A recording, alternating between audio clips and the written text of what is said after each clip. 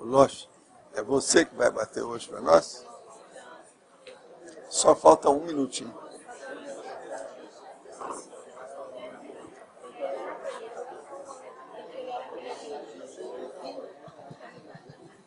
Isso tudo é um processo da Bolsa de New York. Sim, pregão da Bolsa. Pregão da Bolsa.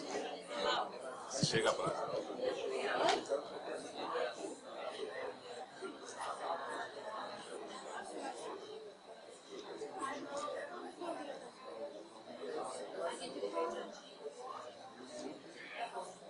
Pode bater.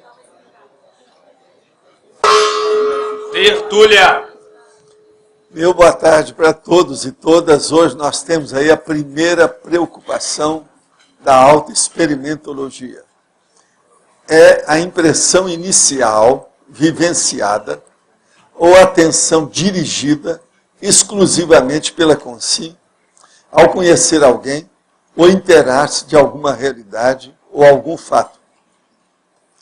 O capricho infantil, o engano da inexperiência, a consideração inoportuna, o desvelo pelo dispensável, o empenho pela aparência, o pichamento pelo desimportante, a ideia fixa deslocada, a observação desfocada, a opinião antecipada ou extemporânea, o receio sem fundamento, as impressões erradas à primeira vista, o assodamento da imaturidade consciencial, a preocupação central surgida antes da hora, os sinais da preocupação capital sem razão, o patrulhamento a partir da priorismose, o excesso de zelo pelo pior, a absorção pessoal pela ideia secundária, a evitação de se priorizar o secundário. E eu li só a metade aqui, só da fatologia, para vocês terem uma ideia. Agora tem uma série de logias, e existe aqui também a priorologia, que é em plena luta contra o apagão de ideias, ou blackout da inteligência. Eis, por exemplo, na ordem alfabética, 10 posicionamentos prioritários, mais racionais, para as consciências interessadas na evolução consciencial. Tem 10 aqui, são 10 logias técnicas. Agora, no fim, nós falamos, a autolucidez e a força presencial exercem vigorosa influência sobre a qualidade da primeira preocupação de toda a consciência, mesmo a mais entrosada com a vida multidimensional. Você cogitou da qualidade da primeira preocupação na própria vida física, extrafísica? Chegou a qual conclusão? Eu quero dizer que aí, a palavra desconhecimento, a terceira linha, de baixo para cima da fatologia, está faltando o T no lugar do D. E eu quero dizer que esse verbete tem 47 logias e tem 6 máximos. A Rosa e a turma que estuda, se quiser, pode aumentar a holotecologia, que faltam só 3. A Rosa não está aí, né? Tá? Ah, tá. Agora, eu já queria responder aqui, que nós temos perguntas. A primeira pergunta é possível observar durante as exposições muitos tertulianos dormindo e bocejando ostensivamente sem nenhuma preocupação, nitidamente dopados pelo sono. Então aí, a questão é, tem assédio aí, professor? Agora, eu quero responder, se há uma pitadela de espeto nisso, eu quero dizer que você é analfabeto em medicina, companheiro. Um grande amigo, mas analfa. Você é analfa em medicina. A nossa tertúlia é uma tertúlia pós-prandial. Pós-prandial, eu quero te falar para você, que é depois do almoço. Sendo depois do almoço, todo mundo sabe que é o período pós-prandial. Essa turma não tem, a maioria não está com assédio, não. Tem o almoço. Tem assédio aí, professor? Não. Tem almoço. Esse povo comeu. Então, todo o oxigênio ele fica mais centrado por causa do processo de sangue na área do estômago. Então eles estão, na verdade, alguns deles aí estão giboiando. Esse é que é o nome certo que você nunca ouviu falar. Outra coisa, a tertúlia é um pós-prandial. E às vezes, para algumas pessoas que trabalham muito, como tem muita gente aqui, há uma siesta forçada. Agora, o que eu quero dizer, que eu já trouxe também aqui verbete sobre siesta. Mas para esse nosso amigo, que é analfabeto em medicina, eu quero dizer para você comprar isso que está na banca. Mundo Estranho. Para você isso é um mundo estranho. Olha só, Mundo Estranho. Página 39. Por que depois de comer a gente fica com sono? Porque o fluxo sanguíneo aumenta na direção do estômago e do intestino para ajudar no processo da digestão. E o sistema nervoso fica menos irrigado. Olha, página 39, eu fui lá em casa, eu recebi a sua pergunta, e fui lá em casa, já estava até com o meu aparelho de Robocop, mas fui lá para pegar essa revista, que é dessa semana, é desse mês. Mundo Estranho. Está nas bancas, tem lá, ficção científica, está na ponta. Agora, é bom que você veja, página 39, para você saber mais essa. Se você fez uma espetadela, a gente está te dando uma de volta, companheiro. Amigo é para essas horas. Amizade, a gente fala tudo na cara. Pode mostrar a matéria, eles vão dar um zoom. Aqui, ó. E a matéria. A matéria está aqui, ó. Tem até o cara. Dá um zoom lá. Porque depois de Às vezes pode dar um zoom, mas vai dar para ler, hein? dá para ler? Se fizer um zoom. Depois é só aumentar, né? Então, ó, página 39. Mas qualquer coisa é bom, porque ele está muito assim estranho. É bom ele entrar no mundo estranho para aprender outras coisas que tem na revista. Porque ele está muito anarfa. Se está anarfa com a medicina, pode estar anarfa com o resto que tem. A revista é boa, ela é popular. É para a turma mesmo de apedeutas. A revista é boa, Mundo Estranho. Você vê que eu mesmo quero falar para o meu amigo aí, olha, não estou contra seu questionamento, não. Foi muito bom você falar. Agora, post-escrito. É lógico que tem alguns aí que tem assédio. Aonde é que você vai reunir 70 pessoas que não têm assédio? Se você tiver algum lugar, você me fala. Porque isso é só extrafisicamente. Intrafisicamente, ainda não vi lugar nenhum que não tivesse. Agora, eu gostei demais da pergunta dele, porque hoje é o dia do porco-espinho. Ou seja, nós vimos aí descobrir um porco-espinho enorme. Ó, o corpo é desse tamanho, com o rabo é desse tamanho. Ele estava aí no nosso jardim, a Graça pegou o porco-espinho com muita habilidade, porque você sabe, ele atira os espinhos a 1 metro de distância. E aquilo pode dar infecção, faz uma opção de coisa. Agora, o Roberto já levou o porco-espinho de volta à mata e ainda falou com ele, não venha porque tem cachorro.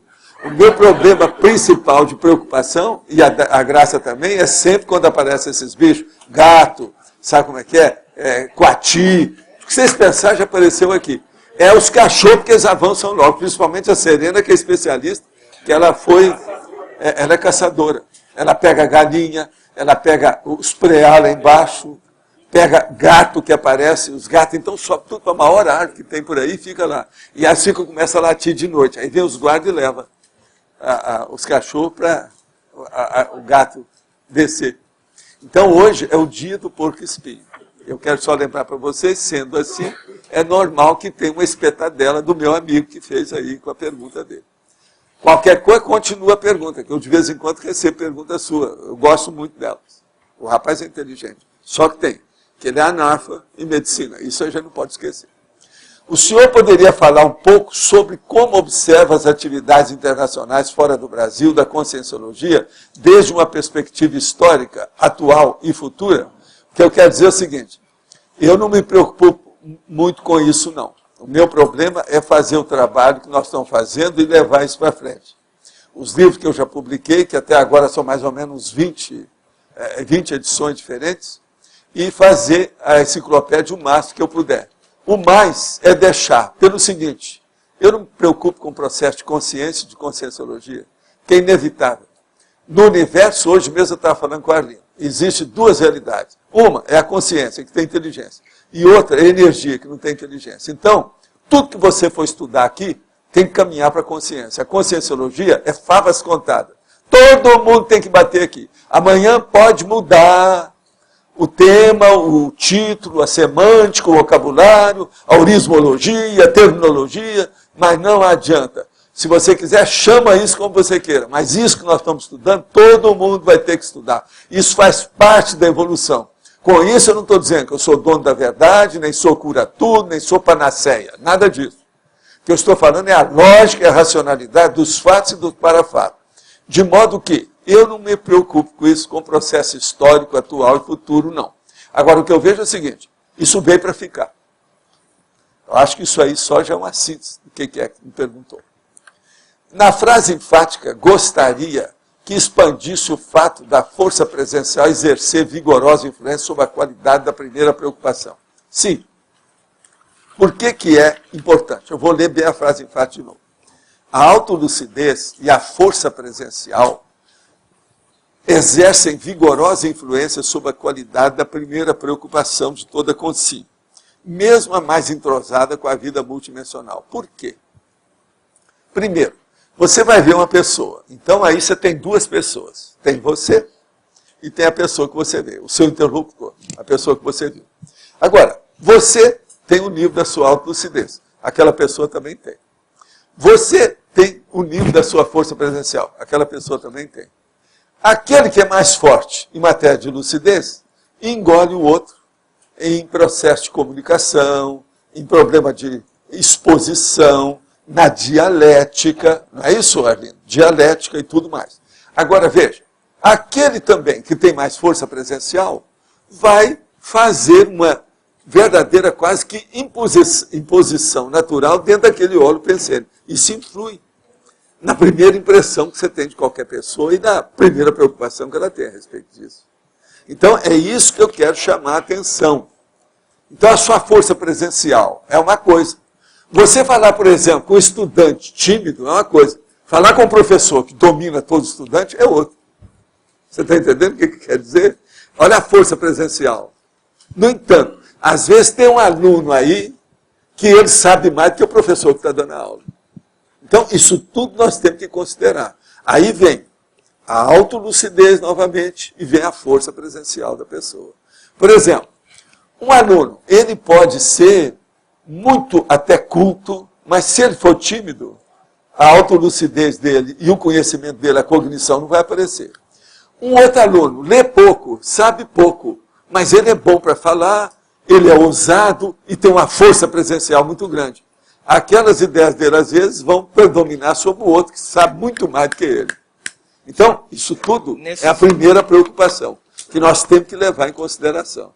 Tá certo? Eu não sei se eu respondi mais ou menos, eu acho que está mais ou menos claro, né, para a pessoa que perguntou. Nesse caso aí, você expôs um problema interessante de duas pessoas, né? Mas... Não, o que interessa mais são duas pessoas. É o que acontece mais. Não é com objeto, nem ambiente, nem ideia. Porque tudo isso, a primeira preocupação, você pode ter com o ambiente, pode ter com a ideia, uma instituição, você está entendendo? Um objeto, alguma coisa. Mas o que acontece mais é com pessoa. Então, você, por exemplo, você vai ver o seu pai. Se de ver se está certo. Vai ver sua mãe. Você vai ver se o seu sapato está limpo, como é que é. Senão ela vai fazer observação. Você entendeu? Tem uma opção de coisa assim. Você vai visitar o cara que você está querendo arranjar um emprego. Você já viu. Você vai ser comedido, com calma, vai mostrar com calma a sua personalidade. Isso tudo influi na questão da primeira preocupação que a pessoa tem. Qualidade da primeira preocupação toda consciente. Eu vou ler a definição, presta atenção.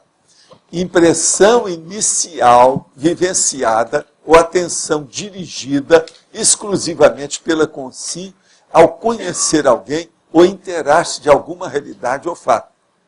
Essa é a primeira preocupação. Agora, isso aí, tem gente que fala que é o amor à primeira vista. O outro diz que é a primeira impressão que a pessoa teve. Então, às vezes, a pessoa cai de quatro. Se ela não for boa observadora, não tiver psicologia na ponta do olho, ou na ponta do nariz, ou na ponta da língua, ela não vai ver nada. Ponta do olho, ponta do nariz e ponta da língua. Você está entendendo? Acuidade que chama isso. Hiperacuidade. Então, você olha ali para a pessoa e vê, não, aquilo ali tem tantos anos. Não, ele veio de tal lugar. Só pela roupa. Toda pessoa é um livro aberto.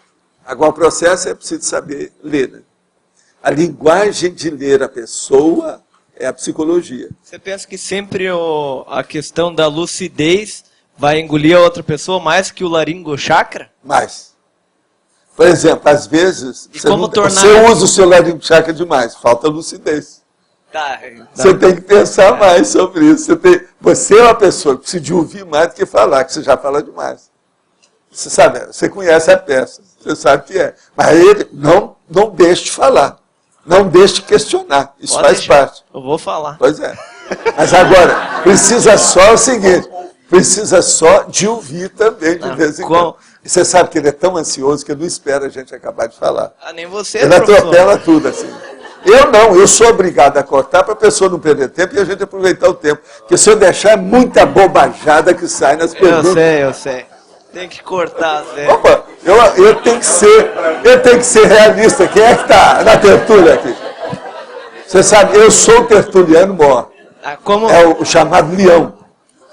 Eu aqui sou o leão. Não sou do imposto de renda, mas aqui eu sou o leão. Eu tenho que honrar esse papel. Eu não tenho outro jeito. Tem? Não tem? Agora, tem a opção de leãozinho. Você é um deles. Ainda tem a profissão Como implementar... dele. Qual que é a profissão? Qual que é a sua profissão? Eu sou professor de educação física, só que eu estou trabalhando com vendas. Exercício. Continua Tá ótimo. Você tá ótimo. Falando nisso... Agora, você já foi eleito o funcionário padrão do mês, já? Não. Você vai acabar... Outra coisa, já ganhou o primeiro lugar de vendas do mês? Comecei faz pouco tempo. Ah, então você vai chegar lá. Você é capaz. Eu confio em você. Não, isso aí para você é fichinha. Viva o Amigos da Enciclopédia. Mas olha, o que você queria, Arlindo? Professor Valdo, dá para explicar a relação, até que você comentou ali com ele, a síndrome do ansiosismo com a primeira preocupação? A síndrome do ansiosismo é isso aí. São as pessoas que vêm falar comigo e que atropelam tudo. Uma outra, às vezes, ela cai. Então, por isso que eu tenho lá a caixa de lenços de papel. Não tem lenço de papel. Aquilo é ansiedade. A pessoa vem e vai falar comigo e fala assim, esqueci tudo que eu ia falar. Você já ouviu isso lá, não já? Você já viu isso. Agora, qualquer um é assim. Professor com aluno, acontece demais isso. Por isso que eu falo, anote tudo para falar comigo. Quantos anos que eu falo isso? Anote tudo antes de vir falar comigo, que assim a gente vai direto aos finalmente. Não fica nos prolegômenos. E aí eu vou gastar menos lenço de papel. Entendeu? O choro faz parte. Hoje mesmo eu atendi várias pessoas. Uma delas não deu nem tempo de usar o lenço de papel. Ela saiu segurando as lágrimas. Agora, outra coisa. Eu quero dizer para vocês que eu não como criancinha. Eu não bato em ninguém. Não dou tapa na cara. Não dou beliscão em ninguém. Então, você veja, tudo é um processo de ideias aí. Tem nada a ver comigo, tá certo? Hoje eu atendi uma meia dúzia de pessoas. Eu nem pude pegar nos meus papéis. Você viu? Eu nem peguei nos meus papéis hoje, não deu tempo. Ficou para depois. Mas às vezes é preciso. Agora, vocês lembram que antigamente eu ficava lá mais tempo. Então, a Cris um dia viu quantas pessoas atendia. Né? Então, eram 25 pessoas. Aí eu falei com ela, não, eu tenho que começar com as terturas, porque assim alivia.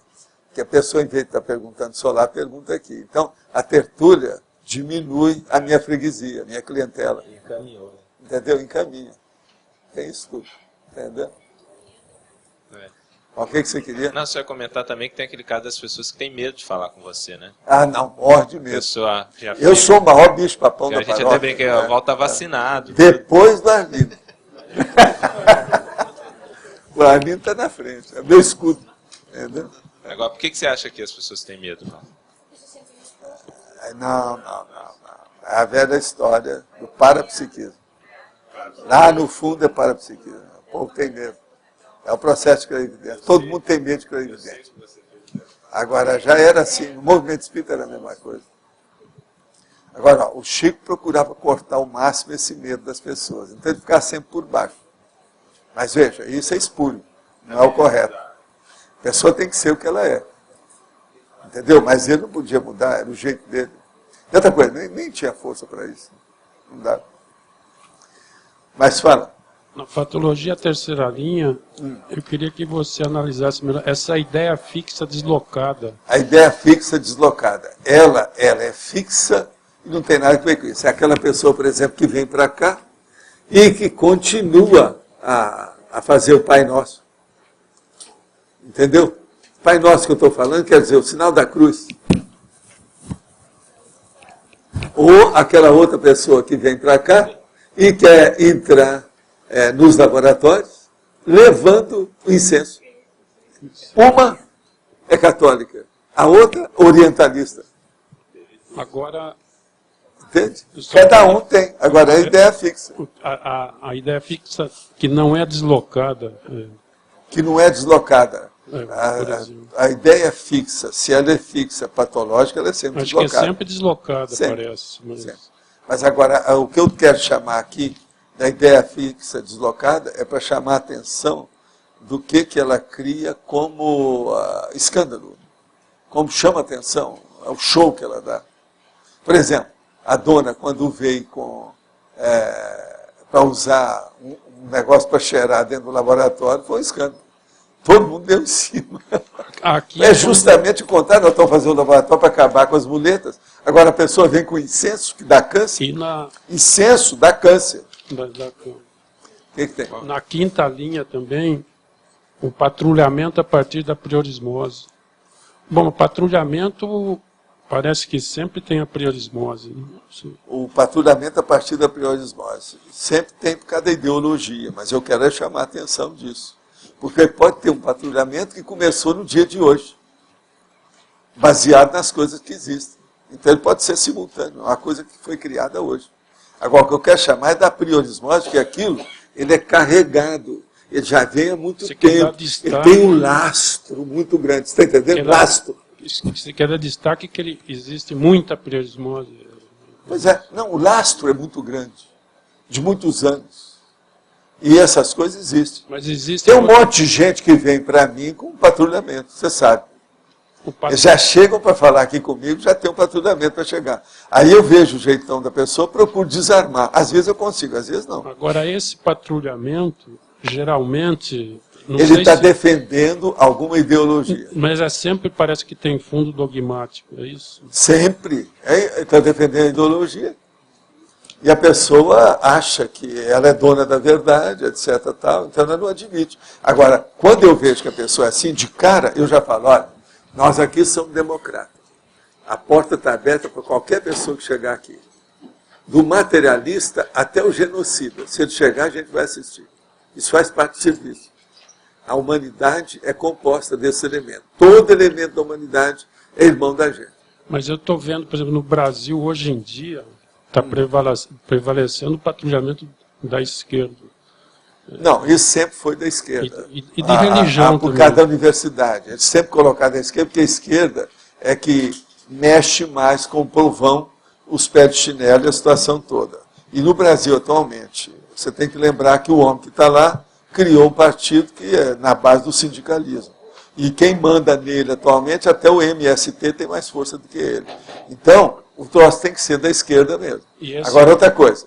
Ele está voltando a desdizer as coisas que ele falou lá do fórum.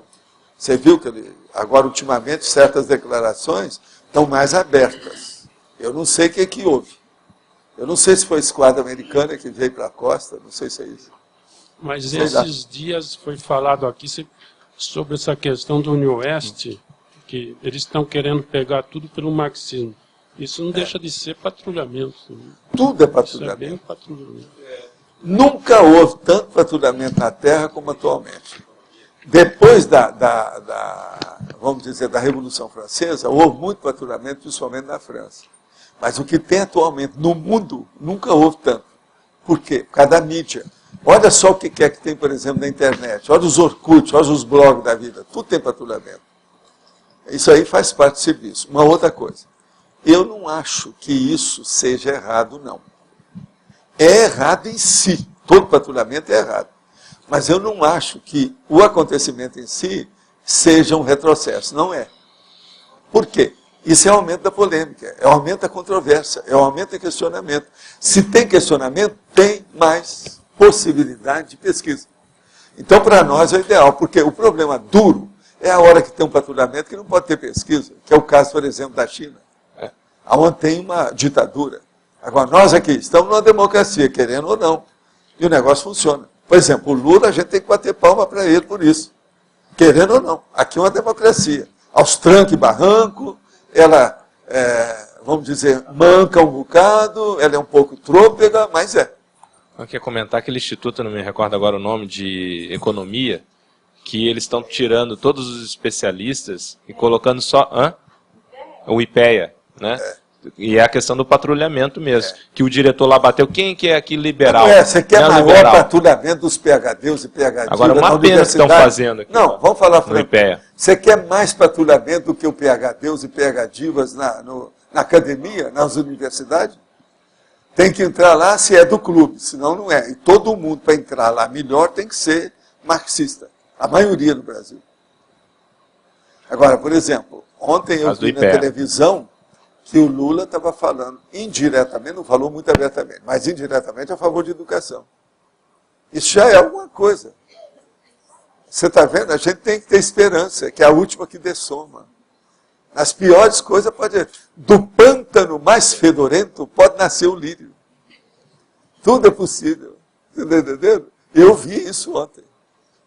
Agora, eu só quero ver aquele povo que faz o patrulhamento para defender as coisas do Lula da Rede Globo. Vocês viram que a Rede Globo, as revistas dessa semana mesmo estão falando. Inclusive o Carta Capital está falando. Que eles foram vendidos porque o Lula ajudou a dívida da Rede Globo. Então eles mandaram maneirar e todo mundo que estava contra o governo, eles tiraram também das lideranças da mídia da Rede Globo. Então aí você vai entender aquela nossa amiga lá que fica babando com o Lula, que eu não suporto. Eu não dá para ver. O nome do programa é Fatos e Versões, é de vomitar. Aquele é total, que ela é de escorrer. É Fatos e Versões. Olha lá, Canal 40, Canal 40. São os 40 ladrões,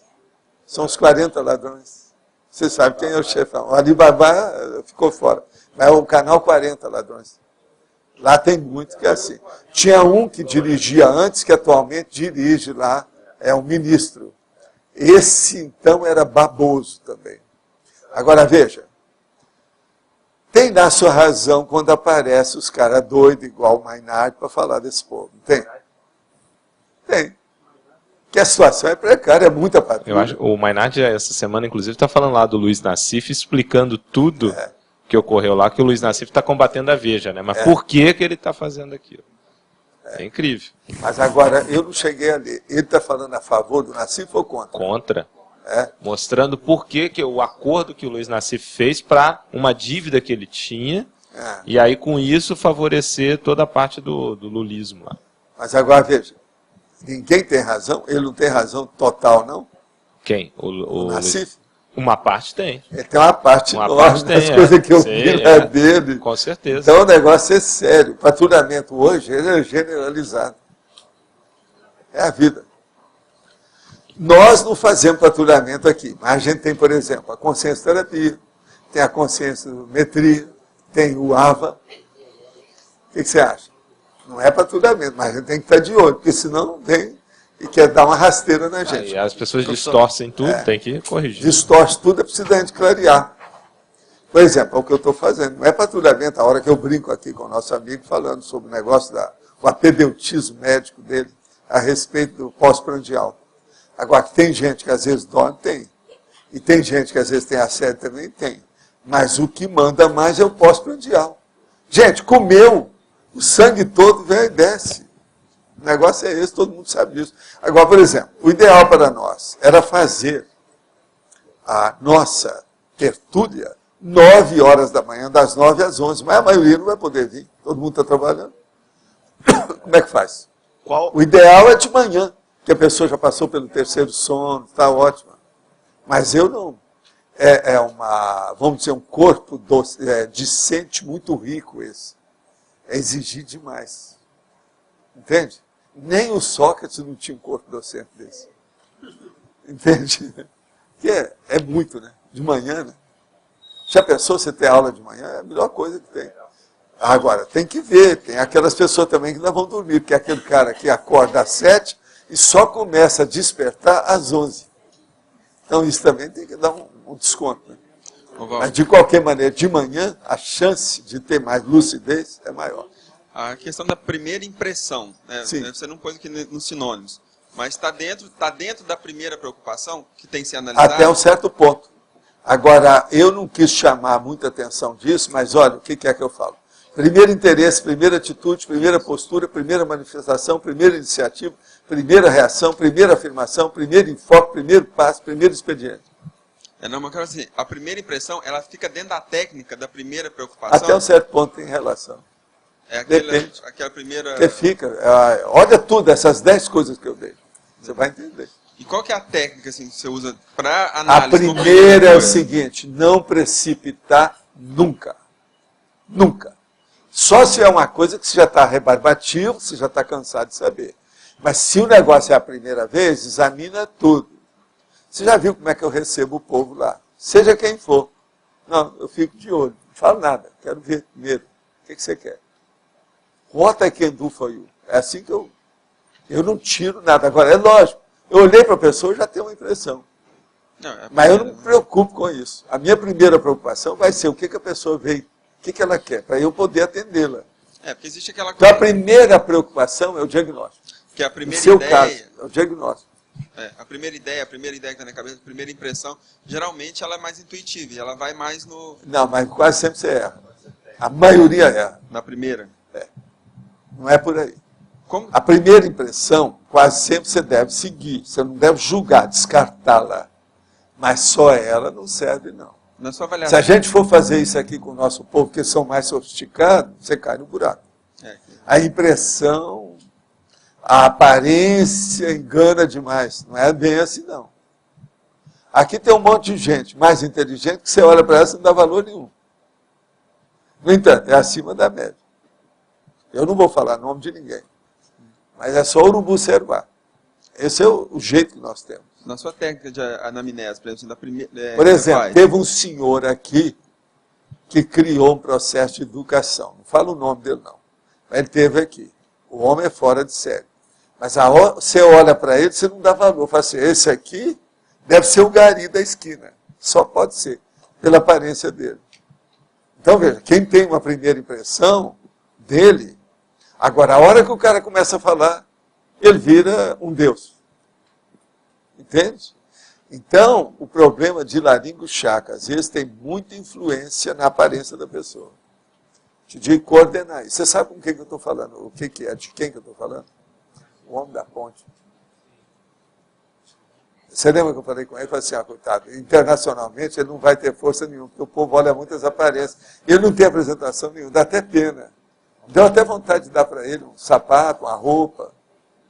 Mas transparece na energia. Hein? Transparece na energia. Transparece na energia na hora que ele fala. Agora, a força presencial dele também não é ruim, não. Mas é que você sabe, se não tem uma moldura, às vezes, no caso da pessoa, o conteúdo fica defasado.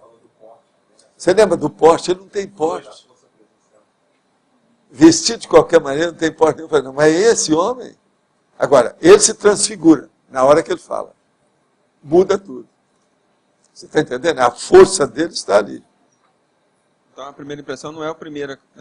Precisa ter muito cuidado. Nunca siga tudo na primeira impressão que você cai no buraco. A sequência de anamnese que você faz, quando você vai avaliar uma pessoa que chega, a primeira vez que fala com A sequência é o seguinte. Primeiro eu olho o processo de energia. Eu vejo a aura e faço um acoplamento áurico com a pessoa. Daí, então, eu vou desdobrando o resto.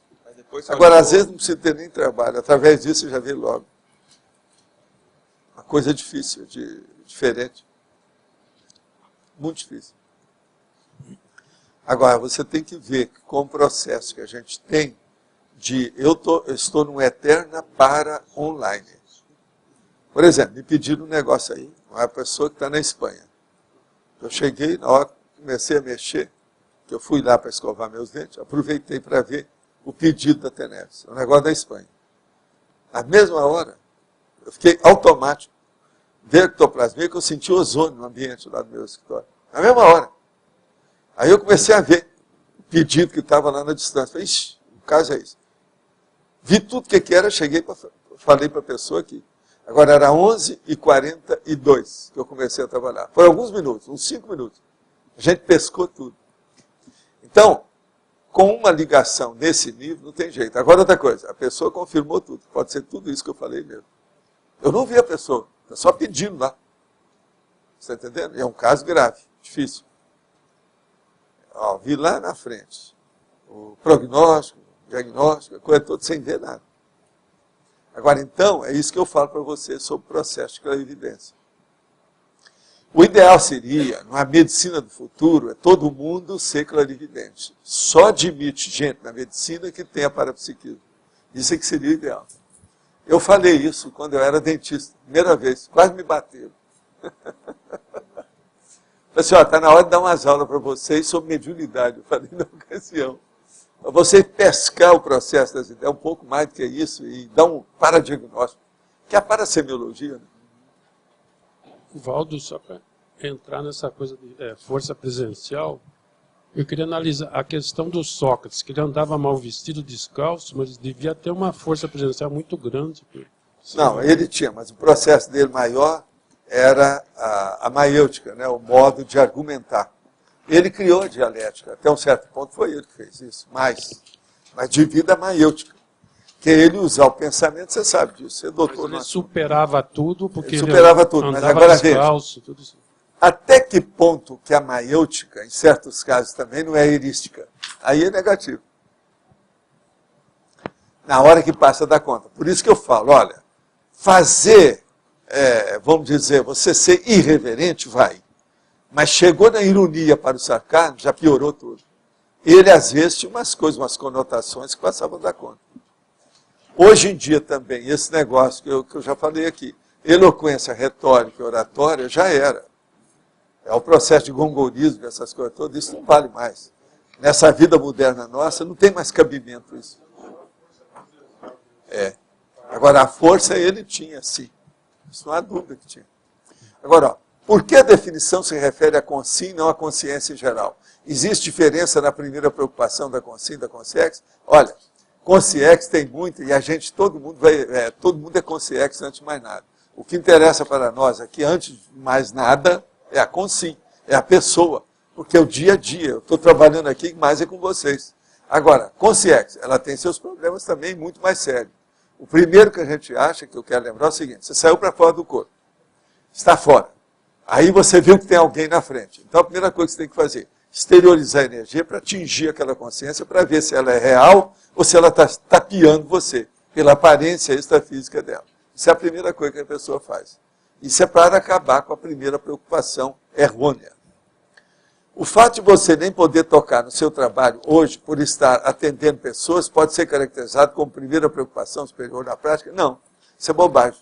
A turma que eu atendo não interfere no meu trabalho. Apenas eu mudo de horário. Aquilo que eu não pude fazer lá, eu faço hoje durante o dia. E outra coisa, isso é apenas 1, 2 horas, não passa disso. Isso para mim sai na diurese, não tem valor nenhum.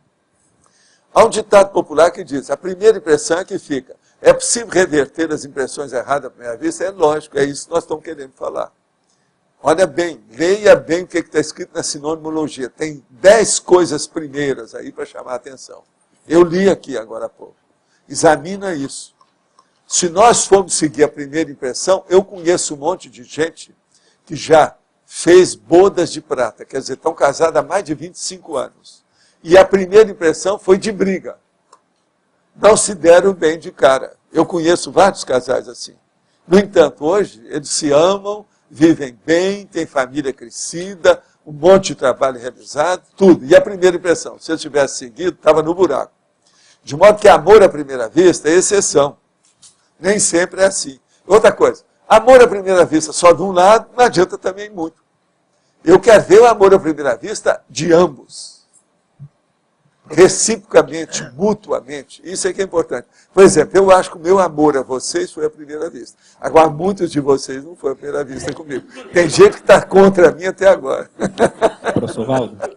Não modo que isso é a vida. Faz parte do serviço. Não vale a pena colocar a primeira impressão na sinonimologia? Não. Eu já não coloquei já de propósito, para chamar a atenção. Eu já estou pondo muita coisa de primeira coisa, a pessoa vê o que ela faz. Agora, parece que eu toquei em alguma coisa nos outros pontos. É bom olhar mais para frente. Lê todo o texto.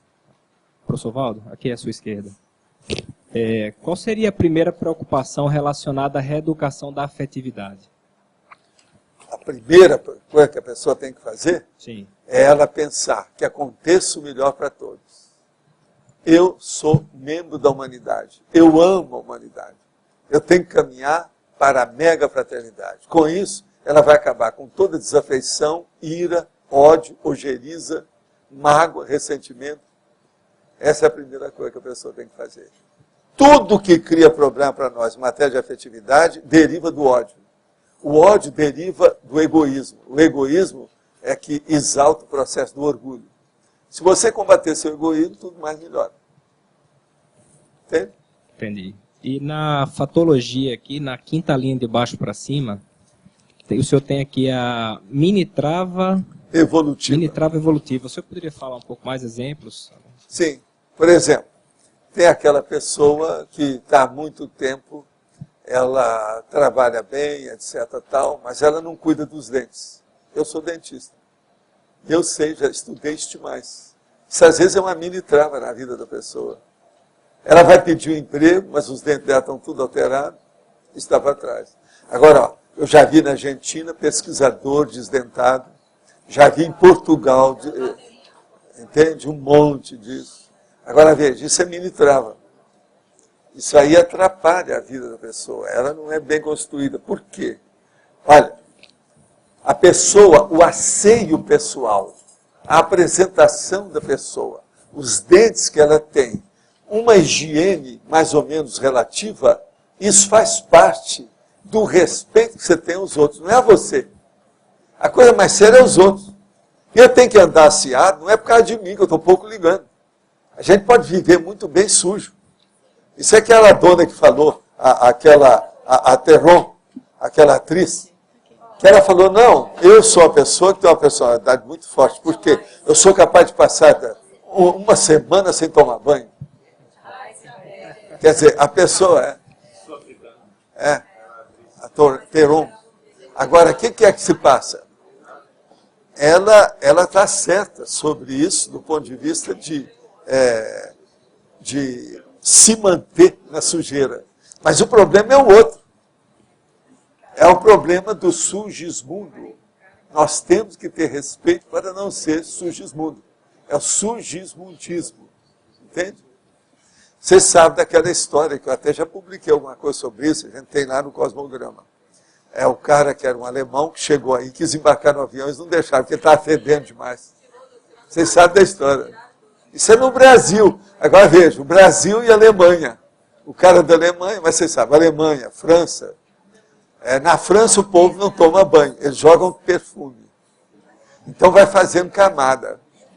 A hora que vai tirar, o cara perde o peso. Então, por exemplo, ele vai ver que às vezes está aumentando o peso, vai ver que ele está sujo. Limpa, ele fica muito mais leve.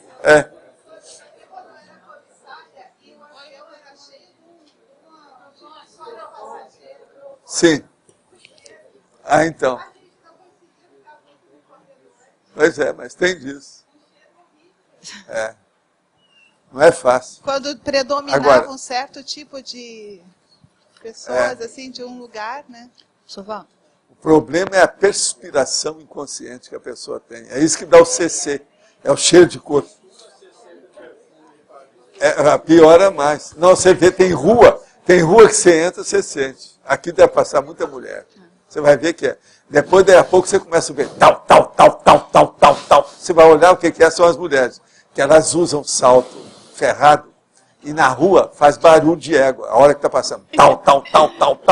De vez em quando, no Holocico, tem algumas das moças que entram tipo égua de Paris. Eu falo assim, ó, tem égua de Paris aí hoje. É perspiração o quê? É tal. Todo mundo está lendo, pronto.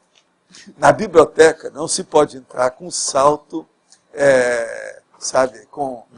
não é salto alto, salto com negócio. Como é que chama aquilo? Ferradura. Professor Valdo. Sim. Na quinta linha da fatologia, tem assim, a preocupação central surgida antes da hora. Sim. E na culturologia, tem a cultura do pragmatismo evolutivo. Eu queria ver essas duas... Por exemplo, a preocupação central surgida antes da hora. É aquela pessoa que vê um negócio, então começa aquele castelo de carta na cabeça dela, aquela imaginação enorme. Então, um negócio ali que quebrou a unha, daqui a pouco ela já viu que vai ter um assassinato. Aumenta tudo. Então, aquilo que é uma formiga vira um elefante. Existia até um americano que andou criando uma doença baseada nisso, na década de 60. Ele andou falando com isso. É o processo da extrema preocupação, instantânea. Eu mostro isso tudo, desde lá da época do Centro da Consciência Contínua, eu falava, então tá, a mulher está em casa, sozinha, e o maridinho vai chegar às 7 horas da noite. Você já viu eu falar isso aqui? Então, às 7 horas ela está toda feliz, ela colocou o negligê, se perfumou depois de tomar banho, arrumou tudo, já tem uma vela acesa, se for nos Estados Unidos tem uma vela. Tem uma vela, tem um copo, às vezes tem vinho, tem um prato tudo arrumadinho para aquilo. E ela está esperando. 7h15, nada. 7h30, nada. Aí ela começa. Ixi. Ele saiu, o carro passou em cima. Ixi. Ele saiu, pode ter dado um infarte. Eles vão me telefonar. E ela fica perto do telefone. Vamos ver o que vai dar. Agora, passa 1 hora, 1h30, ela então já está toda desgrenhada. Já comeu os dentes, já comeu as unhas, fez o diabo. Aí chega o marido todo feliz. Meu bem, eu tive que passar ali porque estava com uma oferta enorme. Eu trouxe esse presente para você. Aí dá para ela aquele mantô enorme. Ela desmaia. Então a gente pode fazer um filme desse aí, se quiser. Né? São esses assim que eu fazia os esquetes na rádio. Você está entendendo? Esse aí é um precisava. Peru de véspera. Peru da véspera. Mas olha, o que mais? Não, porque eu pensei que fosse a preocupação central. Eu achei que isso é uma preocupação de a preocupação central. Bora, você quer mais do que essa? A pessoa está quase dando um infarto. Só para ficar ansiedade, esperar.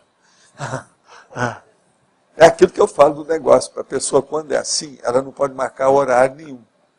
Por causa do ansiosismo, até ela dominar isso. Se ela marcar horário, ela fica fixada naquilo, pode dar infarto mesmo. Então ela criou uma preocupação central ali no caso. Foi total. Né? Ela exagerou tudo. É aquilo que eu falo. A formiga se transformou num elefante. E o pragmatismo, então, evolutivo é fazendo a medida certa. O pragmatismo é isso que eu estou falando. Fazendo a é um medida modo certa. de falar, a técnica que você tem para evitar o ansiosismo. Tá certo? Queria me reportar ao primeiro internauta. Faz 2 anos e 5 meses que eu estou morando aqui em Foz. Nas primeiras tertúlias que eu vim, eu começava a dormir logo de cara. E depois eu comecei a perceber, a notar a hora que eu dormia. E aí eu comecei a perceber que eu tinha que fazer EV, que era a minha psicosfera que estava carregada. Aí, agora era assédio, então? Era assédio, sem dúvida, né? Aí eu percebi que a 1h30 era todos os dias. Às 1h30 da tarde começava o bocejo, a malemolência, começava a siesta, não é? Aí eu intensifiquei o EV e hoje eu assisto às 2h30 de tertúlia sem nenhum cochilo. Mas, por exemplo, se uma pessoa aparecer na tertúlia, mesmo que ela não tenha almoçado muito, mas se ela tomar um remédio contra a hipertensão, ela também pode querer começar a bocejar. Bocejar aqui é um caso normal. Se a pessoa tomar, por exemplo, um remédio, estou dando uma ideia, hipertensão, pode ser. Depende da medicação. Isso tudo também influi. A gente não pode deixar de considerar isso. Né? Tenho tido muitos ruídos, não é intercranianos, não, intracranianos. Estalos dentro da cabeça e também no ouvido esquerdo. Estou começando a ficar apreensiva. Será parapsiquismo? Devo procurar um médico? Em qual especialidade? Otorrinolaringologista. Quando termina a tenepse, na maior das vezes tenho muita eructação. Fico até com vergonha do amparador. Peço desculpa a ele. Tem que procurar um médico. Nesse caso, qual a clínica? Olha, aí você tem que procurar o processo de um gastroenterologista. O primeiro é um otorrinolaringologista. O segundo é gastroenterologista. Primeira coisa é ir nesses dois médicos e examinar isso aí. E olha, se prepare. Se o negócio do estômago estiver alterado, esse problema de eructação, é bom fazer uma endoscopia. Hoje tem umas pílulas que a pessoa toma e aquela pílula vai revelando tudo o que acontece com ela durante 24 horas. Parece que Foz já tem isso, né? Já tem gente aí que tem. A pílula. Porque fazer endoscopia para enfiar coisa na gente é o troço mais desagradável que tem. Eu já passei por isso. Você poderia aprofundar a relação do item mitologia com a primeira preocupação? Aqui, o item é mitologia. A submissão pessoal a mitos. O problema é o seguinte, por exemplo, a pessoa vai conversar com a outra e chega lá, ela tem uma cruz de J. Cristo pendurado no pescoço, já começa a dar uma insinuação em cima dela sobre aquilo. É um mito. O mito da beatice. E isso existe. A beatice é um negócio sério. Eu mesmo escrevi, coloquei num dos nossos verbetes o seguinte. O que a beatice cria? Olha o que eu vou falar. É na base da questão da forma com o trocadilho, aquele negócio todo. Então, eu quero dizer para você o seguinte. Existe aquela mulher que tem o cisto no ovário. E existe aquela outra que é beata, ela tem o Cristo no ovário. Essa do Cristo no ovário é que é chamada esposa de Cristo. Estou falando a verdade da impactoterapia, com uma realidade total. E baseado no cisto e no Cristo. Está entendendo? Mas é a verdade. Cisto de ovário é muito comum. Agora, ó, existe outra coisa de mulher que é bom também a gente chamar, que às vezes a gente fala muito aqui contra os homens. Então é bom também lembrar. Esse também eu já coloquei, isso também está na enciclopédia, tem um lugar lá. Que é o seguinte, existe o Clube do Bolinha, aonde eles promovem seminários. E existe o Clube da Luluzinha, aonde eles promovem ovulários. Vê se me entendem. O seminário vem de semente, vem de sêmen, essa coisa toda, que é o processo para frutificar. Agora, você quer mais óvulo para frutificar? É mais do que sêmen. Então tem o sêmen e tem o óvulo. De modo, ó, vou repetir, que vocês nunca ouviram falar nisso, possivelmente. Então, o Clube do Bolinha promove seminários. O Clube da Luluzinha, que é só mulher, promove ovulários. Não vem que não tem, porque está perfeito. Está dentro da realidade que está aí. Alguém quer reclamar? Ivanilda, alguma coisa? Quem é mais aí das feministas? Tânia, você, Tânia? Quem é mais aí? Cadê aquelas, as feministas? Ovular é de óvulo. Vai me dizer que é estranho? Não é perfeito. Professor, que é isso? O seminário, eu acho que a em palavra que a gente já está... Em matéria de desinência, de prefixo, de cognição, não é perfeito isso? Olha lá no dicionário o que é. O dicionário não tem ovulário. Não. Mas tem ovular, tem uma opção de coisa. Esse aí é nosso. Mas já teve gente que usou ovulário. Agora, eu já vi autor usando. Mas não tem dicionário. O seminário é simpático. O ovulário não é simpático. Eu não estou perguntando sobre simpatia. Eu estou falando sobre realidade. Professor, quando a gente é a vovozinha. Não é simpática ser mulher. Você está defendendo o óvulo. Estou defendendo o óvulo. Para mim, eu acho bacana. Por exemplo, ovulário é uma palavra mais bonita do que seminário. Não. Eu acho. Para mim, é questão de... Fazer uma votação, professor? Vamos fazer uma votação? Vamos fazer uma votação? É questão bom gosto, né? Cada um tem o seu. Mas agora, ovulário e seminário. Ô, Max, não está dentro do assunto? Um é de semente e sêmen. O outro é de ovo e óvulo. Está perfeito, não adianta. Ovo e semente é a mesma coisa, só que tem que o ovo é de mamífero. Não é bem mamífero, mas mais ou menos, né? Até nós somos mamíferos, a mulher, e no entanto ela tem ovo. Mas agora, outra coisa é o seguinte, semente é de árvore. Valdo, no caso da Luluzinha aqui, você podia explicar, na prática, elas Sim. promovem seminários do quê? Elas promovem, no caso, são ovulários, né? Mas sempre sobre... Sempre elas não, iam promovendo, prevalece... por exemplo, a EBRA aí não é uma associação de escritor de alto nível, tem feito uma opção de promoção, inclusive esses livrinhos que eles têm publicado, que a Flávia, a própria Graça já participou, aquilo é ovulário. Você vê só mulher escrevendo, do início ao fim. É um estrogênio violento. E outra coisa, você tem que lembrar que essa é uma sociedade de escritores literatos. São literatas. Tá certo? Então você já viu, entrou literatura, é lógico que faz parte do umbilico chakra, estrogênio, vida vegetativa, procriação. Agora, as procriações são inteligentíssimas. Tem muita piada lá interessante, tem uma opção de coisa. Quem ainda não vê esses livros, é bom ver. Parece que você vende esses livros aí, não vende? Quem quiser ver, é bom dar uma olhadela. Vocês vão ver o que eu estou falando de ovulário. Professor Valdo. Sim. Perdão, aqui na fatologia, na 8ª linha, está escrito a sobreposição do pensamento infeliz dominante. O senhor poderia aprofundar? A sobreposição do pensamento infeliz. Você, por exemplo, você sobrepõe o pensamento infeliz ou ele sobrepõe você? É a primeira pergunta que você tem que ser. Por exemplo, no Brasil atualmente, você combate a corrupção ou você fica calado? Se você fica calado, mostra que você está leniente e dominado com a canga da corrupção que graça no Brasil a partir do poder judiciário. Tá certo? Logo abaixo está escrito na 10ª linha, a inquietação intelectual sem causa racional. Sim. É aquela pessoa que fica inquieta com certas coisas, mas ela não tem, por exemplo, domínio. As rédeas não estão na mão dela.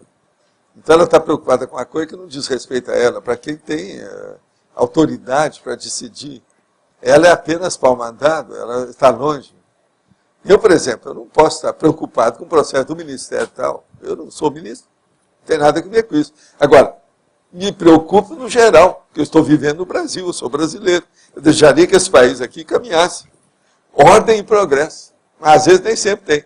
Há uma desordem no MST e um progresso para trás nos processos da maracutaia.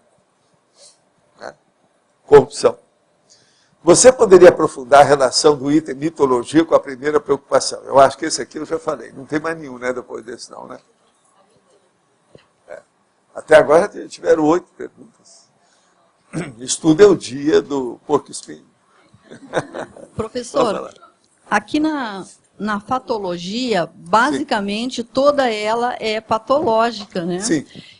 Agora, lá em cima está neutro. Então, aí você falou num momento aí que o primeiro passo para analisar uma pessoa, para fazer o primeiro contato, é a análise energética. Então, a gente poderia dizer que a primeira preocupação é o estado vibracional?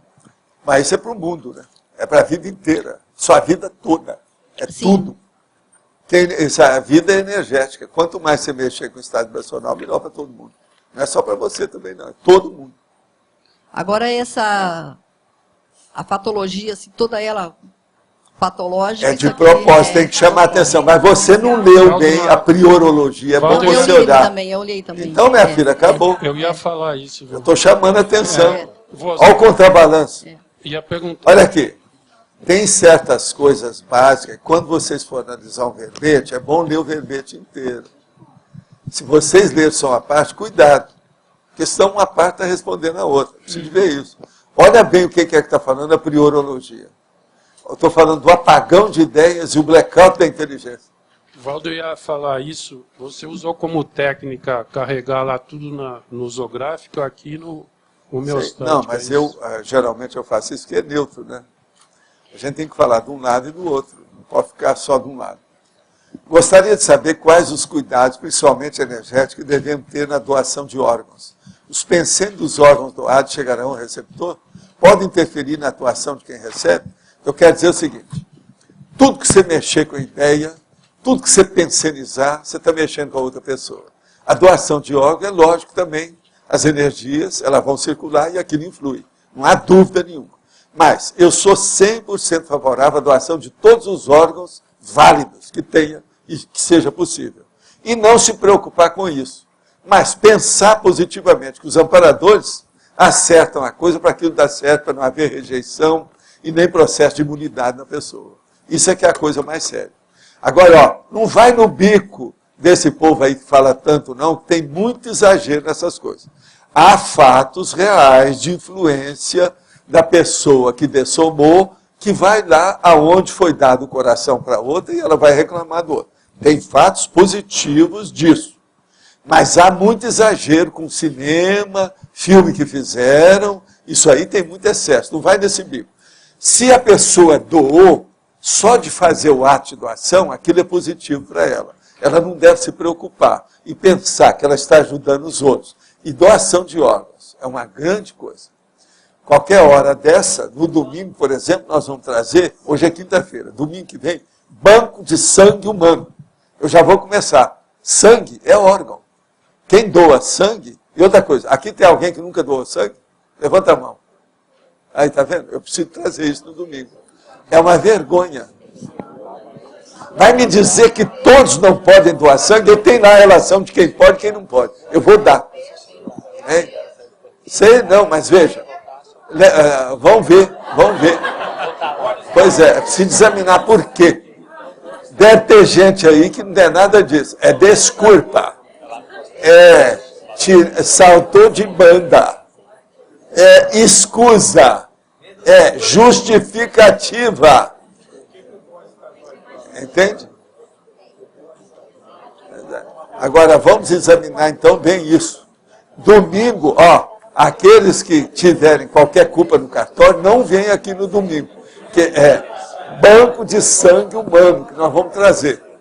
Tem até a listagem de quem deve e quem não deve doar sangue, por quê? Eu trago tudo. Diretamente do banco oficial. Tá certo? De modo que a gente vai ver isso com calma. Isso aí é doação. É doação de órgão. O sangue é a base para sustentar todos os órgãos. É a base de tudo. De outro jeito. Oxigênio, sangue. Como é que faz? Mas a energia está atrás disso tudo. Tem 3 coisas aí. Energia, oxigênio e sangue. Agora é lógico, tem outros derivados desses humores, esse negócio todo. Por exemplo, o sangue que está na coluna é outro. O nome é outro. Professor Valdo, eu achei engraçado, porque na Argentina, para você doar sangue, tem que estar em jejum. E aqui, não. E aqui tem que ter comido todo o tempo. Uma carninha, falaram. Uma carninha, um arrozinho, um feijãozinho. Agora, você perguntou para ele se alguém está morrendo?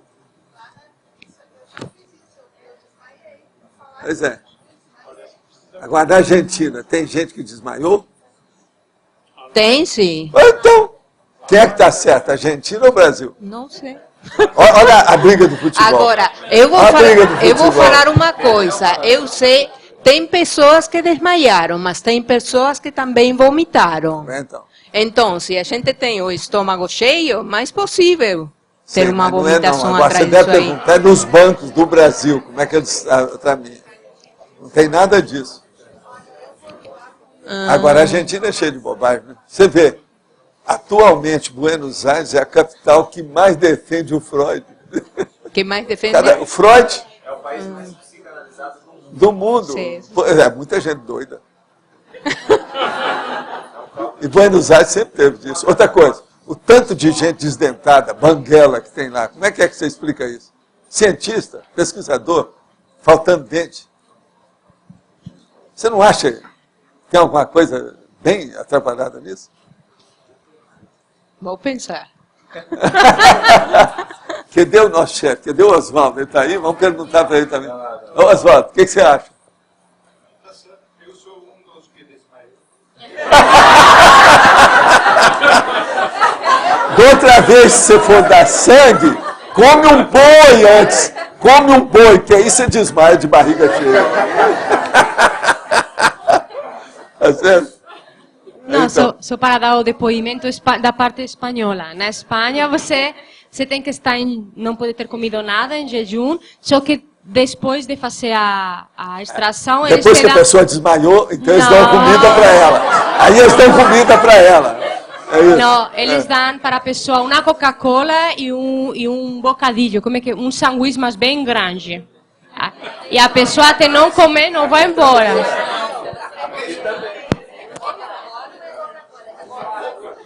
O professor falou sobre doação de órgãos, que é muito favorável. Minha dúvida, mesmo em caso do tenepsista, lógico, todo mundo deve doar. Tenepsista, então, ele está dando pouco, ele está dando só energia, ele pode dar sangue.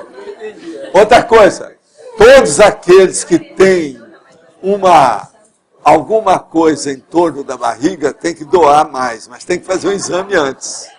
Então, todo mundo que tem pochete no umbigo deve doar sangue, depois de examinado pelo médico. Tá certo? Eu estou fazendo uma campanha pró-banco de sangue aqui. Você sabe, é um monte de banco que eu vou trazer oportunamente. Esse aí é só para começar. Tem mais. Eu não sei se nesses nossos aqui tem algum banco. Não, ainda não tem. A gente vai começar a pintar os bancos aí. Tem um monte deles. Ovaldo, parece que tem gente que não está entendendo o que significa quando a gente lê os verbetes, verbete antigo e verbete novo. Eu acho bom na hora aproveitar que você está falando isso para esclarecer. Aqui, não precisa de ler, quando for ler aqui, que verbete antigo e verbetes novos. Às vezes que isso dá confusão para a pessoa, mas eu tenho que colocar para o povo saber. Eu não posso deixar de escrever aqui. Mas agora o problema é todo o seguinte, as pessoas, de modo geral, quando for ler, tem que ler antes, porque ler tudo é errado. Então você tem que passar. O percentual que eu contei durante a temporada é de 30% de Então, erros. Valdo, você passa antes para a gente então a folha. Aí a gente dá para a pessoa já lê antes. Sei, mas o problema todo é esse. Não, a folha está sempre aqui, ó. Eu posso dar na hora. Isso. Pode ficar com ela. É melhor. Já deixo separado. Melhor. Agora, o problema é a pessoa ler antes. Se ela não entender, Exato. perguntar. Tem que estudar. E outra coisa, a maior prova dos erros das pessoas não é nada a pessoa que lê, é a pessoa que escreve aqui. Vocês agora estão melhorando, mas todo dia tinha alguma coisa errada. Porque tem certas palavras que eu uso, que são um pouquinho avançadinhas, que é para confundir mesmo, que às vezes a pessoa nunca ouviu falar naquilo. E ela troca uma coisa por outra. Ontem mesmo não tinha gente que escreveu futurologia? Futurologia. Pois é, ontem alguém falou. Estava querendo que a gente fosse estudar futurologia. Não, mas foi... Para essa pessoa, eu quero dizer uma coisa. Futurologia, hoje o nome é prospectiva. Essa palavra, ela está prostituída. Melhor é prospectiva. Estou só dando uma dica. Não, tem muito mas não tem nada aqui de prospectiva nem de futurologia. Não, mas só para esclarecer que quando a gente fala verbete antigo, não é que o verbete é antigo, é que o verbete não ficou eleito. Ele é antigo, sim. E o Valdo já traz verbetes novos. Ele é antigo, porque às vezes passa meses sem, ele está aí na lista. Tem que ser novos e antigos. O que eu vou pôr? Eu não vou pôr. Tem outro nome? Vou colocar que é velho? Não, não é. Ele é antigo. É o verbete que não ficou eleito velho, na hora que saiu. Que ele é caduco. Encalhado. Encalhado. Eu não vou pôr. É antigo mesmo. Encalhado, eu acho melhor. Verbete encalhado. Essa questão de ideias chamava isso de alcaide, em português. Não é prefeito, não. Alcaide são os alcaides. São os livros, por exemplo, que não venderam. Que então ficou, você está entendendo? Lá, guardado. Sr. Valdo, com relação a essa condição da primeira preocupação, a gente pode dizer assim, que aquilo que vem na cabeça no primeiro momento é isso, né? Vamos dizer assim, você olha para uma pessoa e aí vem aquela primeira ideia. Não, mas às vezes pode ser, depois que ela examinou bem, ela começa a ter preocupação com aquilo. Aquela muda às vezes o que ela ia fazer, tudo depois que viu a pessoa. Entendi, isso mas também é preciso ter cuidado. Eu fiquei querendo saber se era uma coisa assim, mais refletida ou uma coisa mais instintiva. Depende da pessoa. As duas coisas. Pode ser as duas coisas, né? E normalmente, por exemplo, sendo a mais instintiva, né? No caso, mais assim, imediata. Tudo que é instintivo leva na cabeça. Isso é aquela mulher que chega e fala assim, eu sempre sigo a minha intuição. Espontânea. Essa é artista. Artista que é assim. Isso é a maior besteira. Nós temos que seguir a nossa racionalidade. E pensar com lógica. É o processo da pensanização. Aí nós vamos errar menos. A intuição pode ajudar muitas pessoas, principalmente a julgar no buraco e a repetir as coisas. Fazer a auto-mimese dispensável. Mas eu estava pensando também em algumas circunstâncias assim, que você tem essa primeira ideia, aí vem alguns padrões de pensenes na cabeça, que são aquela primeira reação. Isso pode fazer um autodiagnóstico dentro da Quanto mais novo você seja, menos valor você deve dar para isso. Quanto mais velho você seja, mais valor você deve dar para isso. Por exemplo, a minha primeira impressão das coisas hoje é muito melhor do que quando eu tinha 10 anos. Não, experiência. Hoje eu tenho meu parapsiquismo mais desenvolvido, sei o que é. O que você pensar já ocorreu. Raramente vai acontecer uma coisa que eu já não vivi aquilo. Todo precedente, todo exemplo já passou por mim. Você está entendendo? Olha, esse ano, por exemplo, nós estamos agora no meio do ano. Eu não lembro de nada novo que tenha acontecido aqui comigo. Nada. Nenhuma coisa nova, a não ser processo extrafísico. Que às vezes vem uma ideia, uma coisa ou outra. Algum livro que eu vi, uma ideia, um troço. Mas coisa nova, assim, para mudar, é muito difícil. Agora, você sabe, eu leio todo dia, escrevo todo dia, penso sem parar. Por incrível que pareça, eu penso sem parar. Vocês são assim? É tal negócio. Vocês pensam sem parar? Mas o problema agora, depois, a segunda pergunta era essa, mas eu estou primeiro perguntando, porque tem gente que vai falar, não, eu não penso. E como o senhor vê assim, o holopensene pessoal e o mater pensene influenciando nessa primeira preocupação da pessoa? O mater pensene, ele pode ajudar muito e pode piorar muito, depende do que é. Se uma pessoa, por exemplo, ela tem um mater pensene que está dentro do universo da interassistencialidade, ela vai acertar muito mais em tudo que ela tiver contato, seja com pessoa, com ambiente, com ideia, com tudo. Por quê? Antes de mais nada, ela vai colocar na frente a interassistencialidade. Ela então vai ser positiva. Já começou com o pé direito certo, no caminho certo, na direção certa. Então aí muda tudo. Agora, precisa de ver esse mater pensene. Uma pessoa, por exemplo, você vai a Brasília, o povo olha para você e quer ver. Qual o interesse que tem? Eles olham na sua testa se pode sair algum cifrão. Da sua cabeça, pode sair algum cifrão para mim? Como é que é? Ele pode me arranjar um emprego? Que maracutaia que ele pode fazer comigo? Ele influi em algum ministério? Onde é que eu posso ir? Lá é assim. Nos hotéis lá que eu ficava em Brasília, eu subia e descia elevador e ficava assim no salão para ver o lobby, sabe? Sabe, o hall da história, para ver o que é que havia. A maioria desse jeito. Então ali passa político, tudo quanto é jeito, e o povo. E outra coisa, é o lugar que mais pergunta o que é que o senhor deseja, quem é o senhor, como é que é. Porque eles querem saber quem é você para ver se... E quase sempre tem uma desculpa. Não, eu estou esperando fulano, pensei que fosse o senhor. Entende? Eles estão sondando para ver quem é você. Outra hora eles chegam, em capital de país é que é assim, eles chegam lá na recepção e perguntam, quem é aquele fulano que está ali? Eu já passei por isso tudo. Em Washington é assim, nos hotéis. Em Brasília é assim. Em Paris é assim. Você está entendendo? Devido o quê? Interesse político, econômico, financeiro, de poder, de alguma coisa. Então você veja, isso é um mater pensene horrível.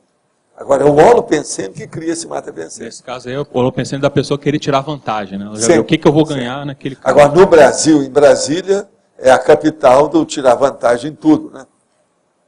Lá é técnica, né? O negócio é sério.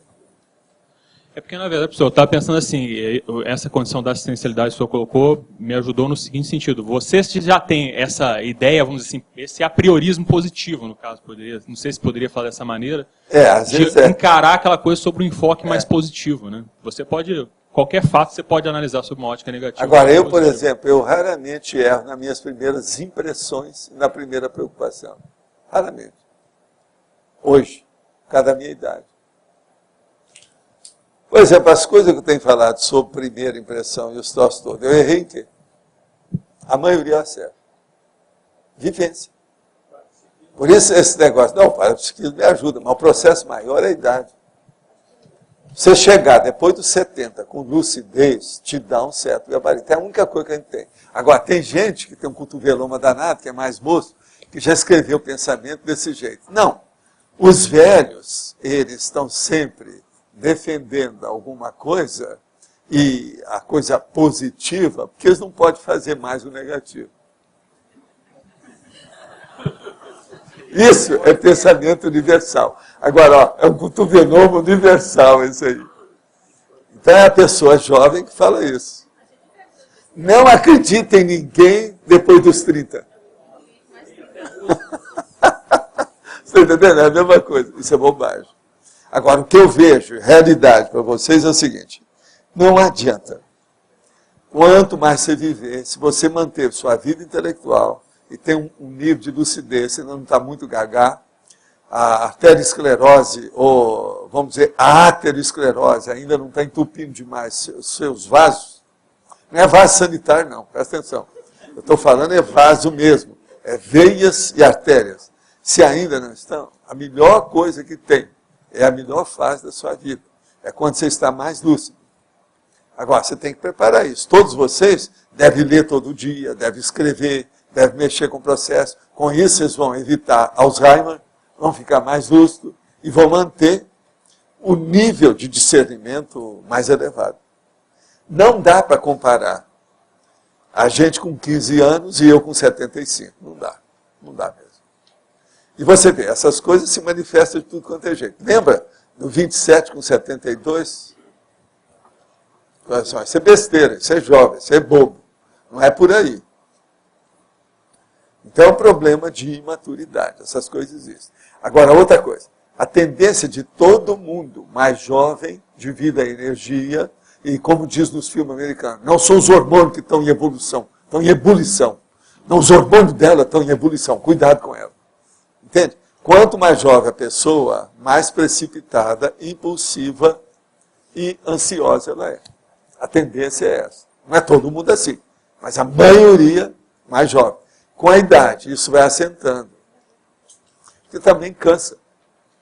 Cansa de você ver tanta gente errada, de ver tantos seus erros. Primeiro você vê os seus erros. Depois você vai vendo os erros das outras pessoas.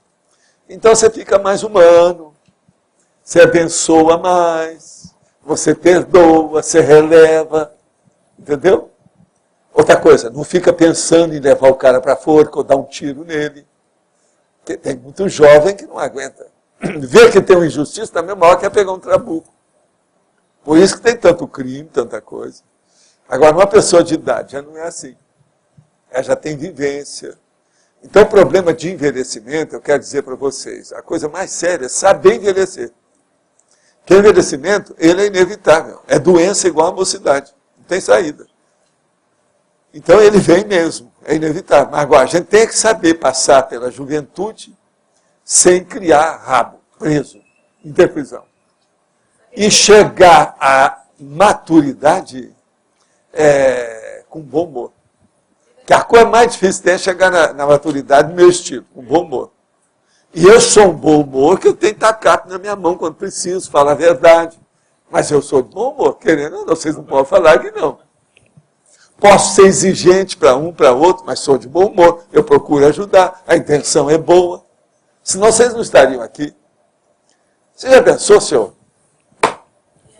Como é que é? Se eu usasse uma palmatória aqui, ninguém ia ficar aí. Mas fala. Professor Valdo, aqui na priorologia, número 2, o senhor colocou aqui autopesquisologia. O senhor coloca aqui, o racional não é se preocupar, em primeiro lugar, com o neoparadigma consciencial, e sim com as autopesquisas e a vida continuada depois da desativação do próprio... Peraí, onde é que está isso? Fala para mim que eu não sei o que você está falando. Página 81. 81? O número 2. Número 2. Autopesquisologia é essa? Sim. O racional não é se preocupar em primeiro lugar. Isso aqui já perguntaram aqui hoje. Não é o neoparadigma consciencial, e sim com as autopesquisas e a vida continuada, depois da desativação. Essa que é a pergunta sua, que nós falamos que alguém ia perguntar. Então, é com o corpo humano, que é a autodessoma inevitável, menosprezada pelos cientistas convencionais. Quer dizer, o racional não é se preocupar em primeiro lugar com o neoparadigma consciencial, não. É ver a sua pesquisa. Porque o neoparadigma consciencial é a sua pessoa, é a sua consciência. É você que está pesquisando você antes de mais nada. Então não se preocupe, porque isso é a teoria dele, isso é a teoria apenas, não resolve. O problema é vivenciar a experiência. A experiência, ela é teática. Agora, demorou, mas apareceu, olha lá. Mais de hora para o negócio aparecer aí, quase 1h30. Que nós falamos que alguém ia perguntar sobre isso. Ela falou. Obrigado. Nós já estamos conhecendo nossa... Não, como é que chama? Não é clientela. Conheço meu gado, é isso, lá de Uberaba. Da exposição agropecuária. Não, conheço meu gado, não é assim. Agora, com relação a uma entrevista para emprego, o grau de comprometimento com relação ao contratado e ao contratante, gostaria que aprofundasse mais essa relação, a primeira impressão. Olha, hoje já tem livros, revistas e artigos, é só pegar na internet, como a pessoa deve usar para fazer uma entrevista para emprego. A primeira coisa é ver o seu currículo pessoal. Segundo, a sua apresentação pessoal. Terceiro, o modo de você se comunicar. Essas são as 3 coisas que tem. Agora, ó, tem dezenas de observações sobre isso, e elas são muito inteligentes hoje. Tem livros, tem artigos, e lá ó, é só chegar e ver essas coisas, que lá no Cosmograma já tem um monte de coisa. A Holoteca também tem um monte de livros sobre isso. Agora, veja, em primeiro lugar, como fazer um currículo.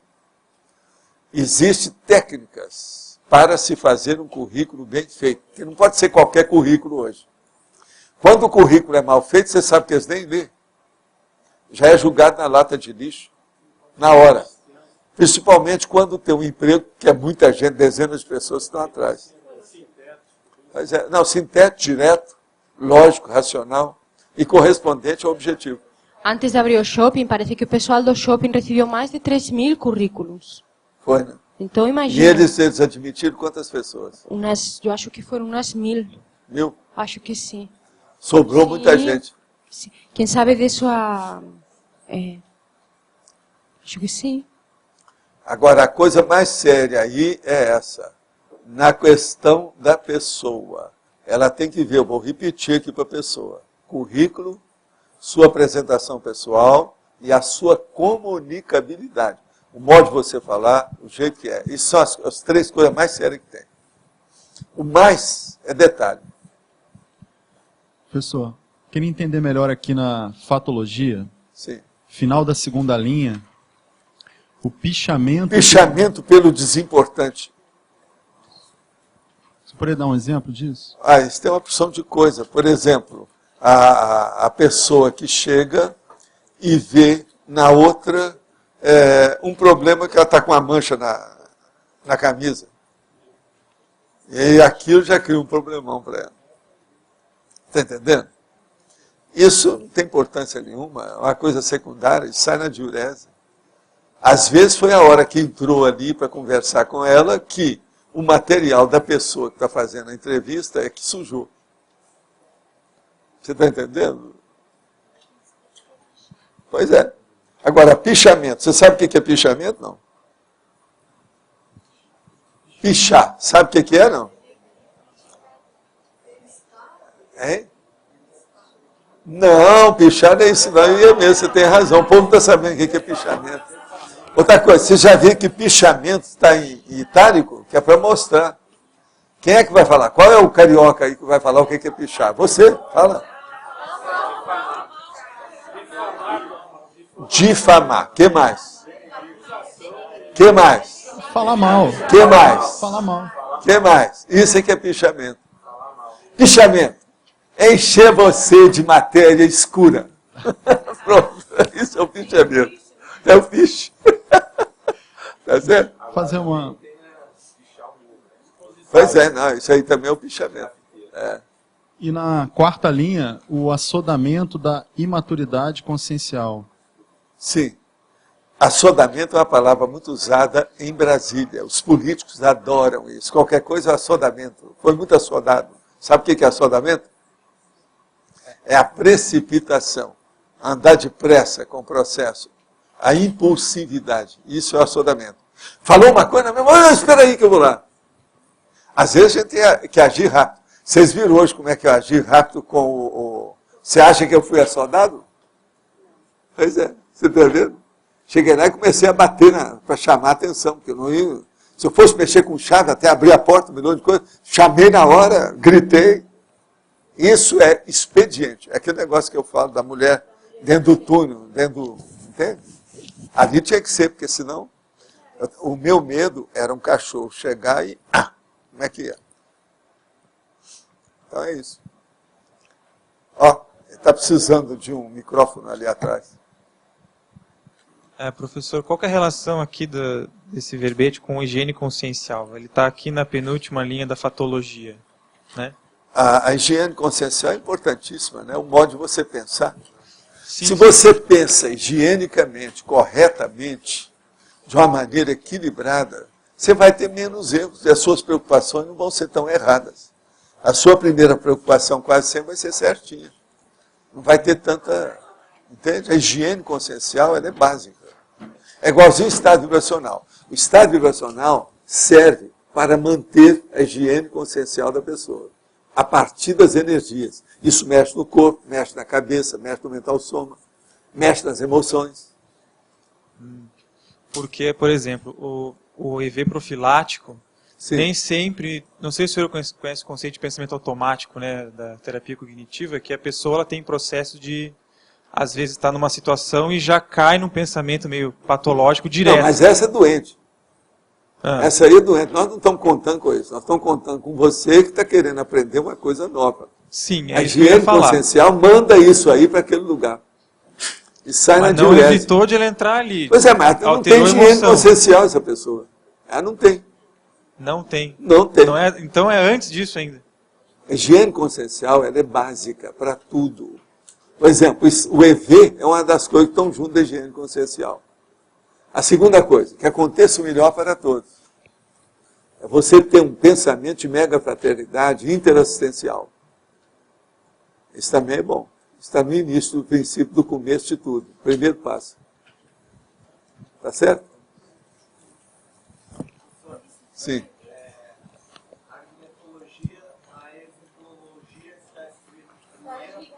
Qual é o número? Argumentologia. O que é que você quer? Ali na exemplologia está escrito primeira preocupação primária, né? A sobrevivência humana e instintiva pessoal. Tá.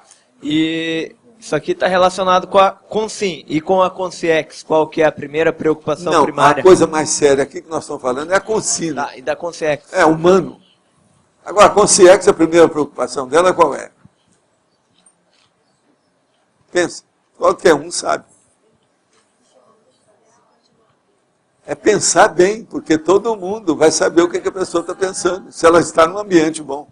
Se ela está já no inferno, o problema é dela, não precisa pensar nada. Ela já está sendo pensada. Pensar bem. É lógico. Então, pensar bem é bom para toda a consciência. É higiene consciencial.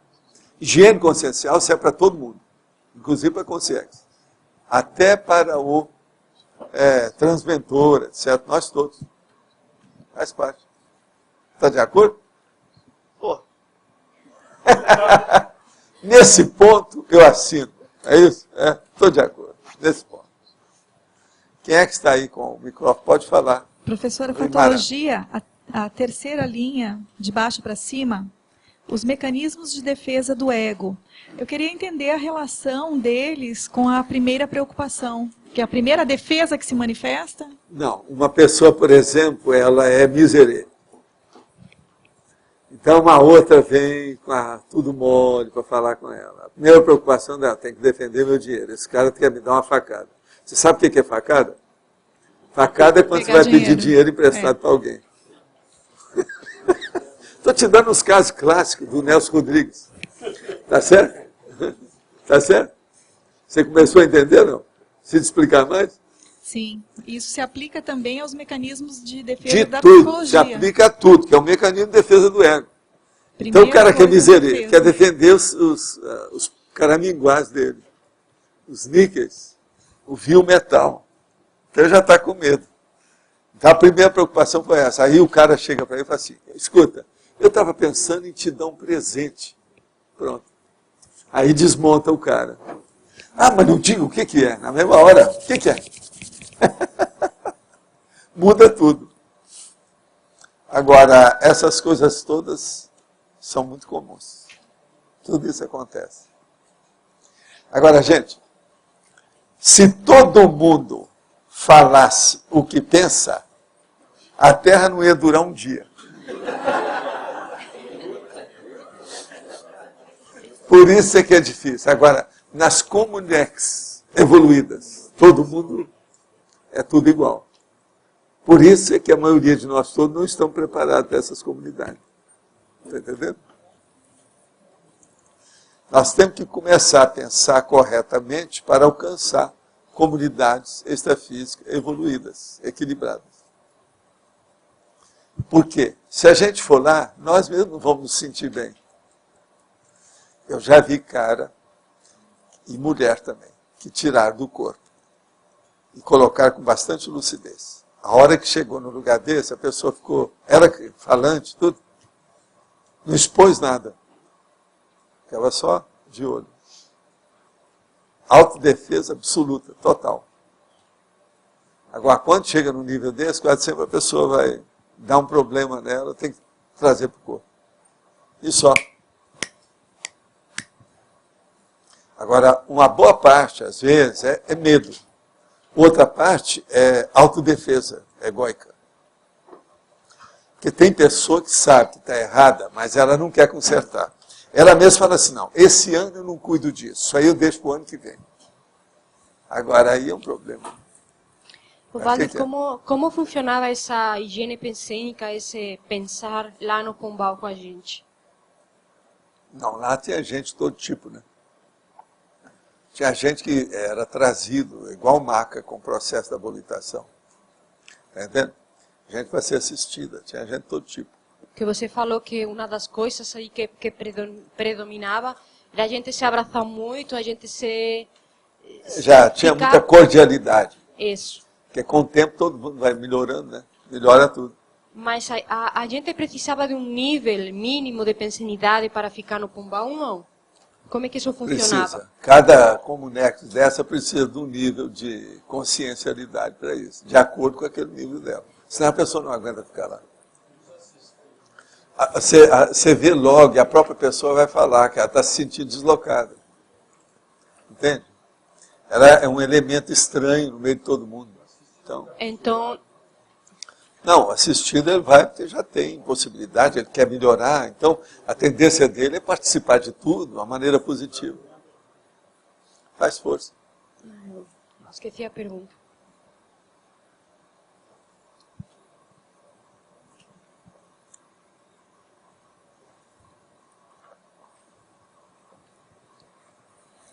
Agora, uma outra coisa. Megafocologia, o número 05 lá da priorologia. O racional não é se preocupar, em primeiro lugar, com a forma, os neologismos, e sim com a autocompreensão das hipóteses e teorias propostas através dos mesmos, a fim de refutá-los ou admiti-los. Morfologia. Potenciologia. O racional não é se preocupar, em primeiro lugar, com os conscienciólogos, em si,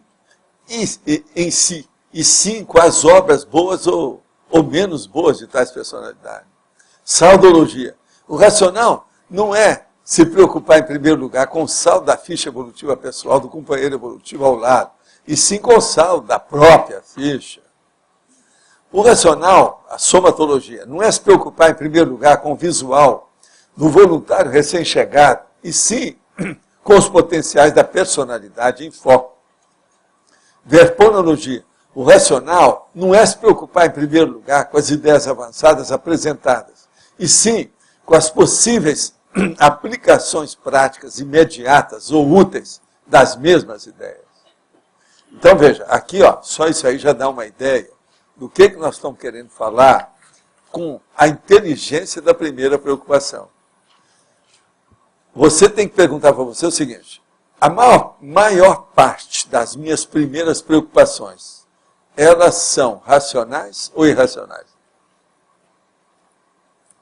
Eu estou falando que uma boa parte das pessoas, de modo geral, elas têm uma primeira preocupação totalmente emotiva, às vezes instintiva. E isso está dentro daquilo que eu chamo de instinto-ologia.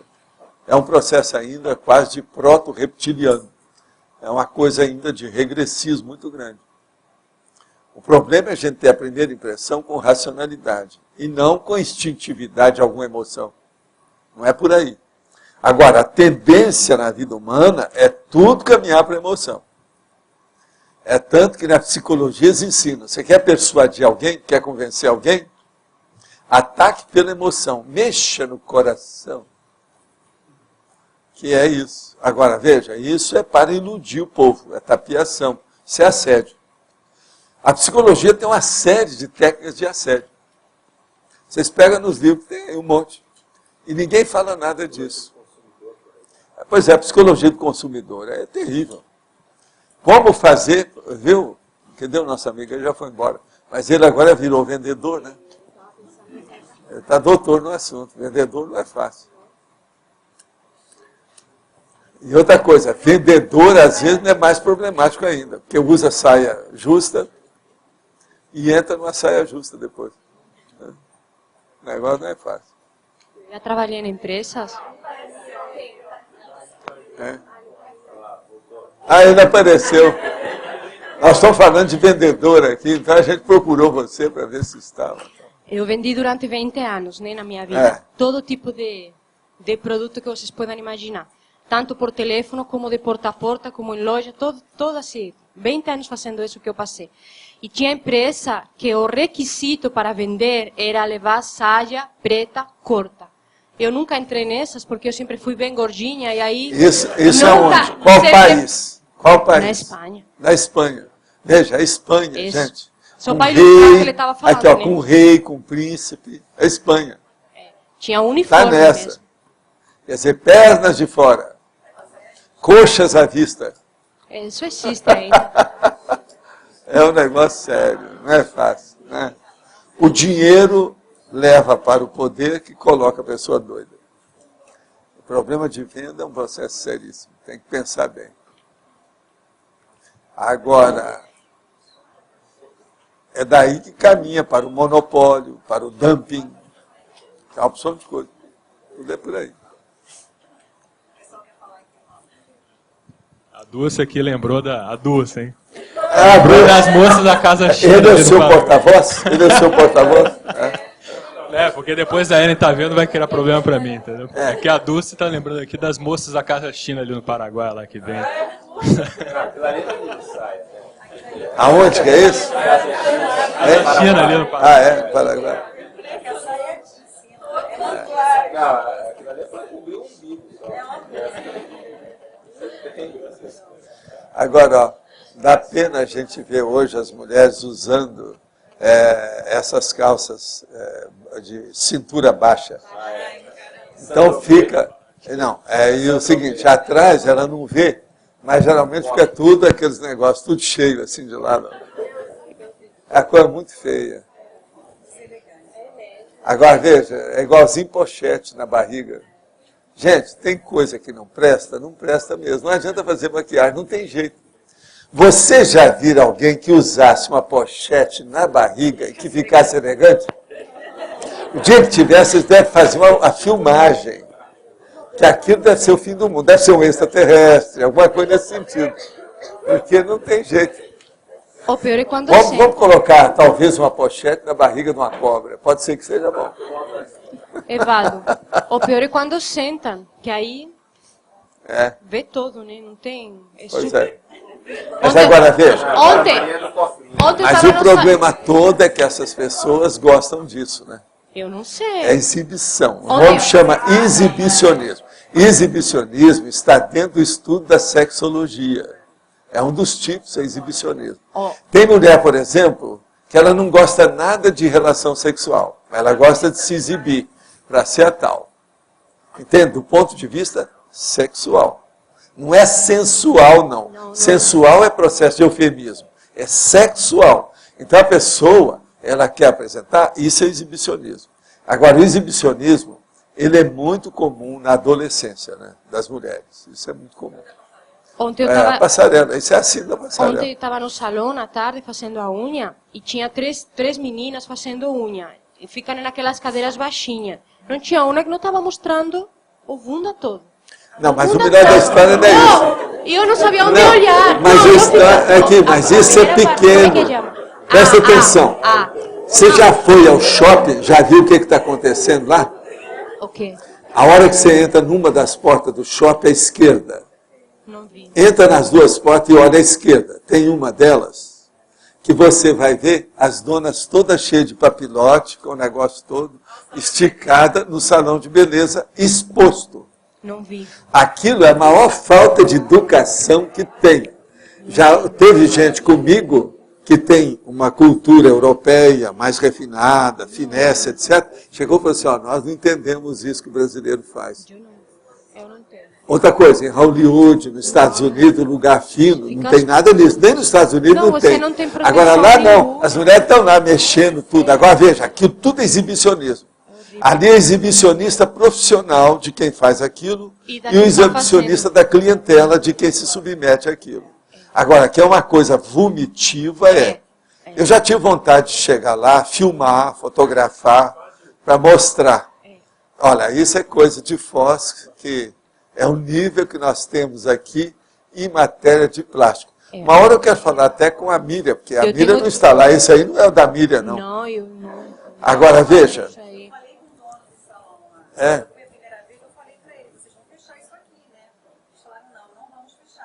Agora veja, o nível então é de exibicionismo, eles estão ganhando na base do exibicionismo. Lá é devia de falar, né? Centro de exibicionismo, o maior de Foz, podia pôr lá, que ali é típico.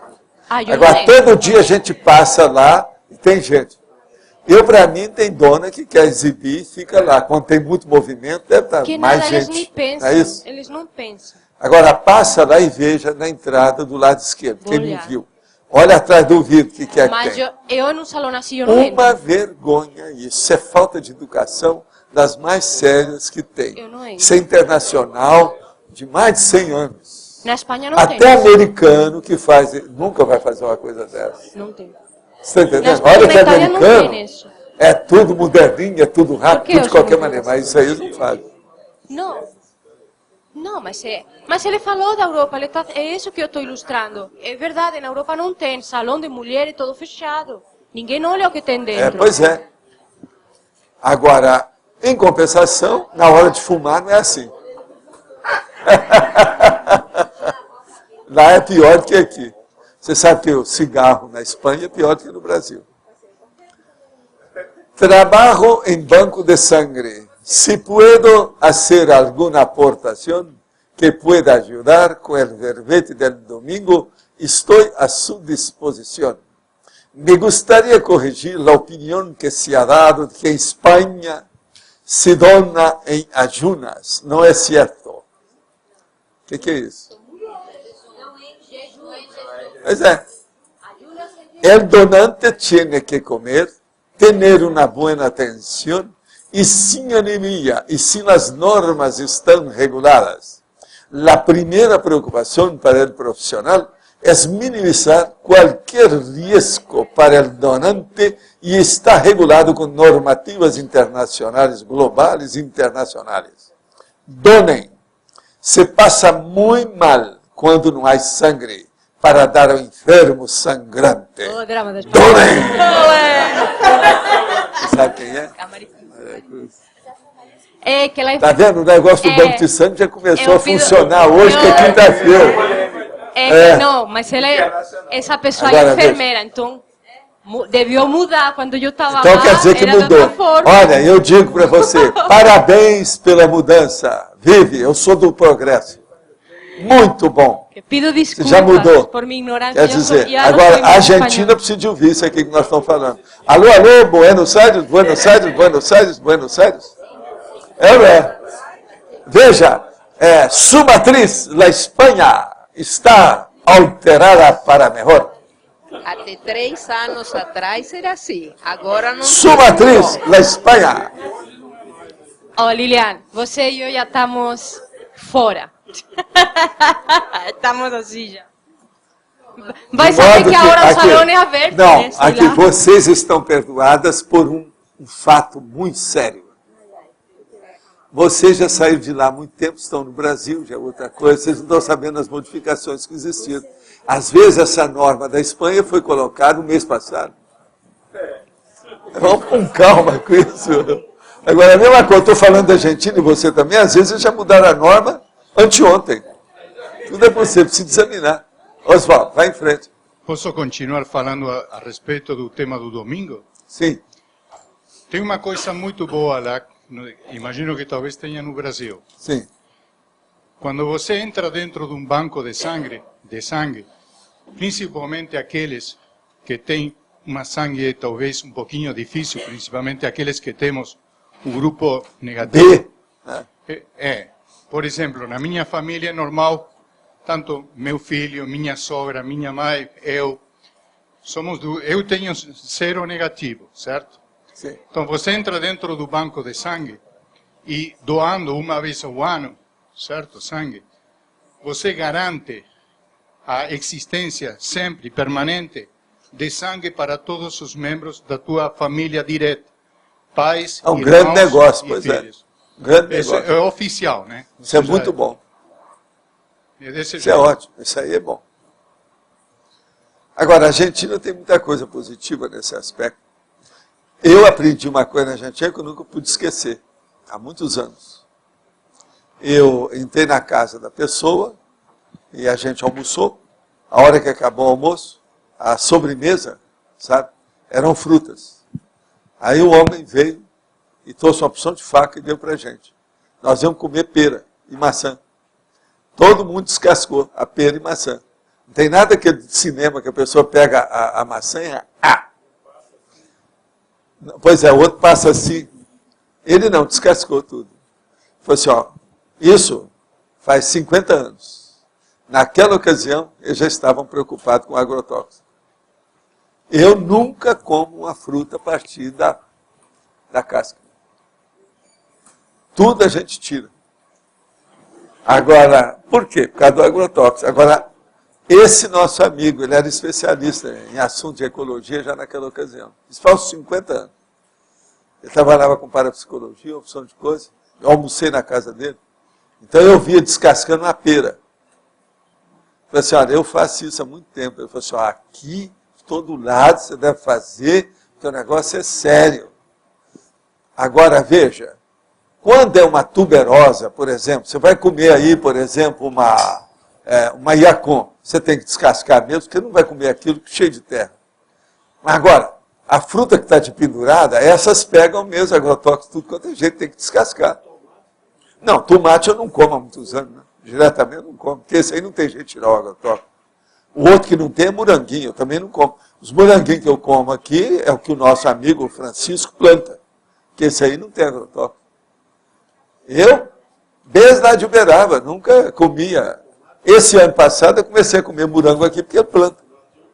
Mas eu passei o tempo todo, desde que eu saí lá de Uberaba, sem comer moranguinho. Lá em Uberaba eu plantava moranguinho, eu mesmo. Eu tinha jardineiras perto da janela e plantava.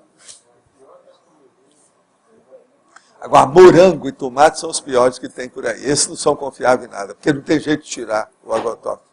Ele impregnado. Não tem saída. Esse tipo não tem jeito. Agora, pera, por exemplo, é muita gente. Você vê no cinema, o cara pega uma maçã isso é loucura. Está tudo errado. Agora, a pior coisa que tem em cinema, é muita bobagem que eles ensinam, é o cara escovar os dentes, tudo errado. Escovar o dente é errado, tudo de qualquer maneira, assim. Isso aí estoura o dente. O dente tem que ser para cá, assim, ó. 99% escova errado. É tudo errado. E ninguém vê nada. Agora, eles são ótimos para ensinar direitinho a pessoa a usar cocaína. Como é que põe, o caminho que faz, depois o jeito de chupar o negócio. São doutores no assunto. Quer dizer, é uma vergonha cinema. O senhor come pera ainda?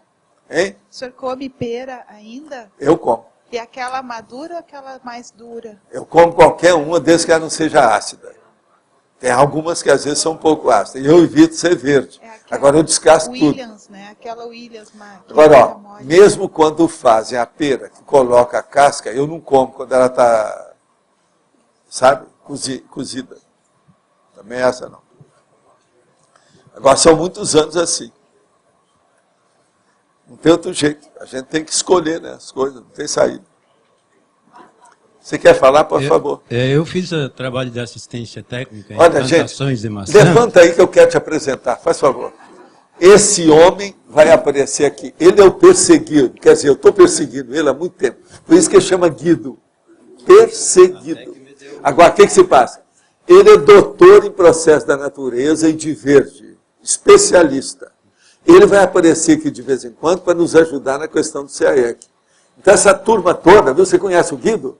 Ó, aquele é um dos que você precisa de conhecer. É preciso mostrar ele para a nossa turma toda que mexe. A outra é essa aqui. Fica em pé aí para ele te ver, faz favor. Essa também mexe. Ele é doutor no assunto, de vez em quando ele vem aqui. Sou autodidata, né? O plano dele é que daqui uns anos ele venha para cá. De modo, ó, vamos bater uma salva de palmas para esse homem, que a coisa mais rara que tem.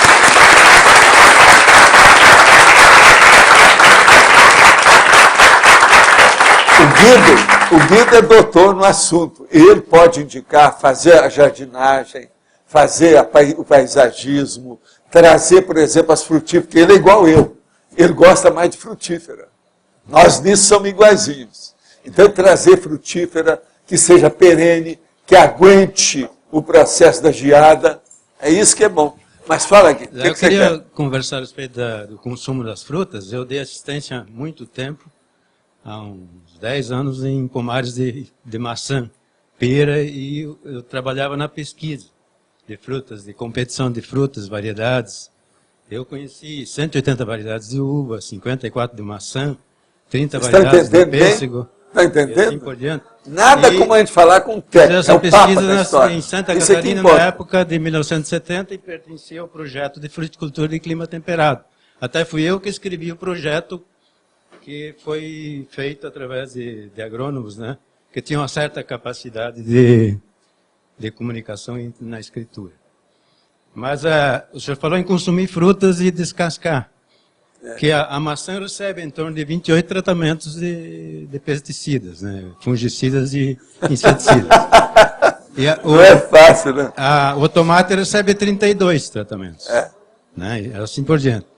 E nós, depois eu me tornei ambientalista, ecologista, eu era técnico agrícola, ajudava nessas pesquisas, saí fora de tudo e sofri porque não fazia as coisas tudo ecológicas. Até hoje tenho assim umas pendengas disso, porque não eram muito aceitas as coisas ecológicas.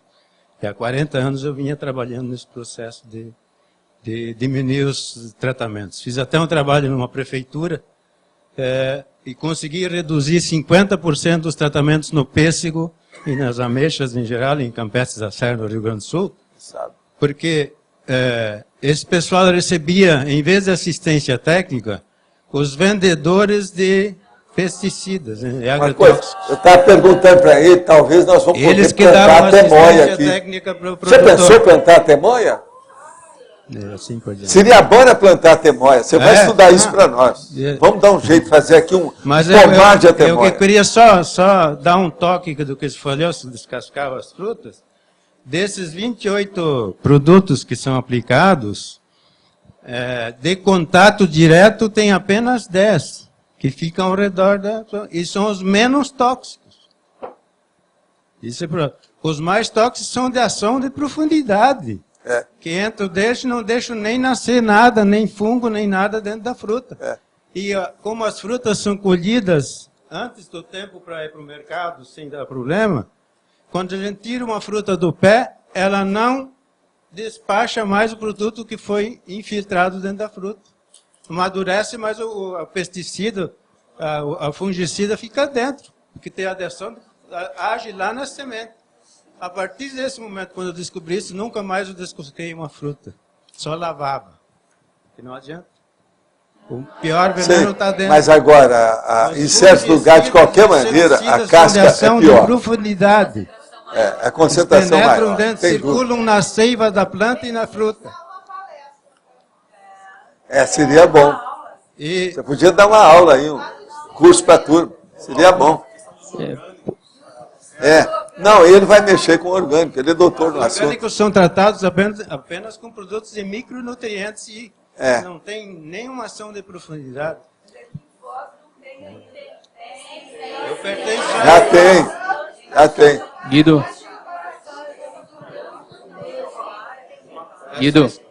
Gostaria que você falasse para nós obrigado, hein? Estamos aguardando você de braços abertos, tá certo? Eu gostaria que você ele é uma falasse bênção, ele é um amparador intrafísico, nós vamos ter aqui. Se as verduras são passíveis de desintoxicação.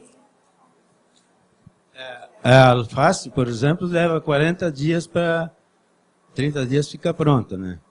Se lavar, e na alface, normalmente nessas verdes, folhas verdes, não são usados fungicidas de ação de profundidade, porque não precisa. O contato elimina todo o processo, né? E hoje não, em folhas verdes não precisa usar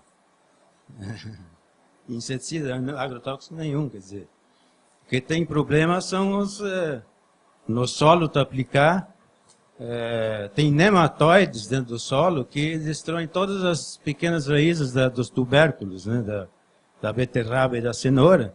E quem coloca isso mata todos os micro-organismos ao redor que existem no solo. E eles se precipitam e chegam no lençol freático da água.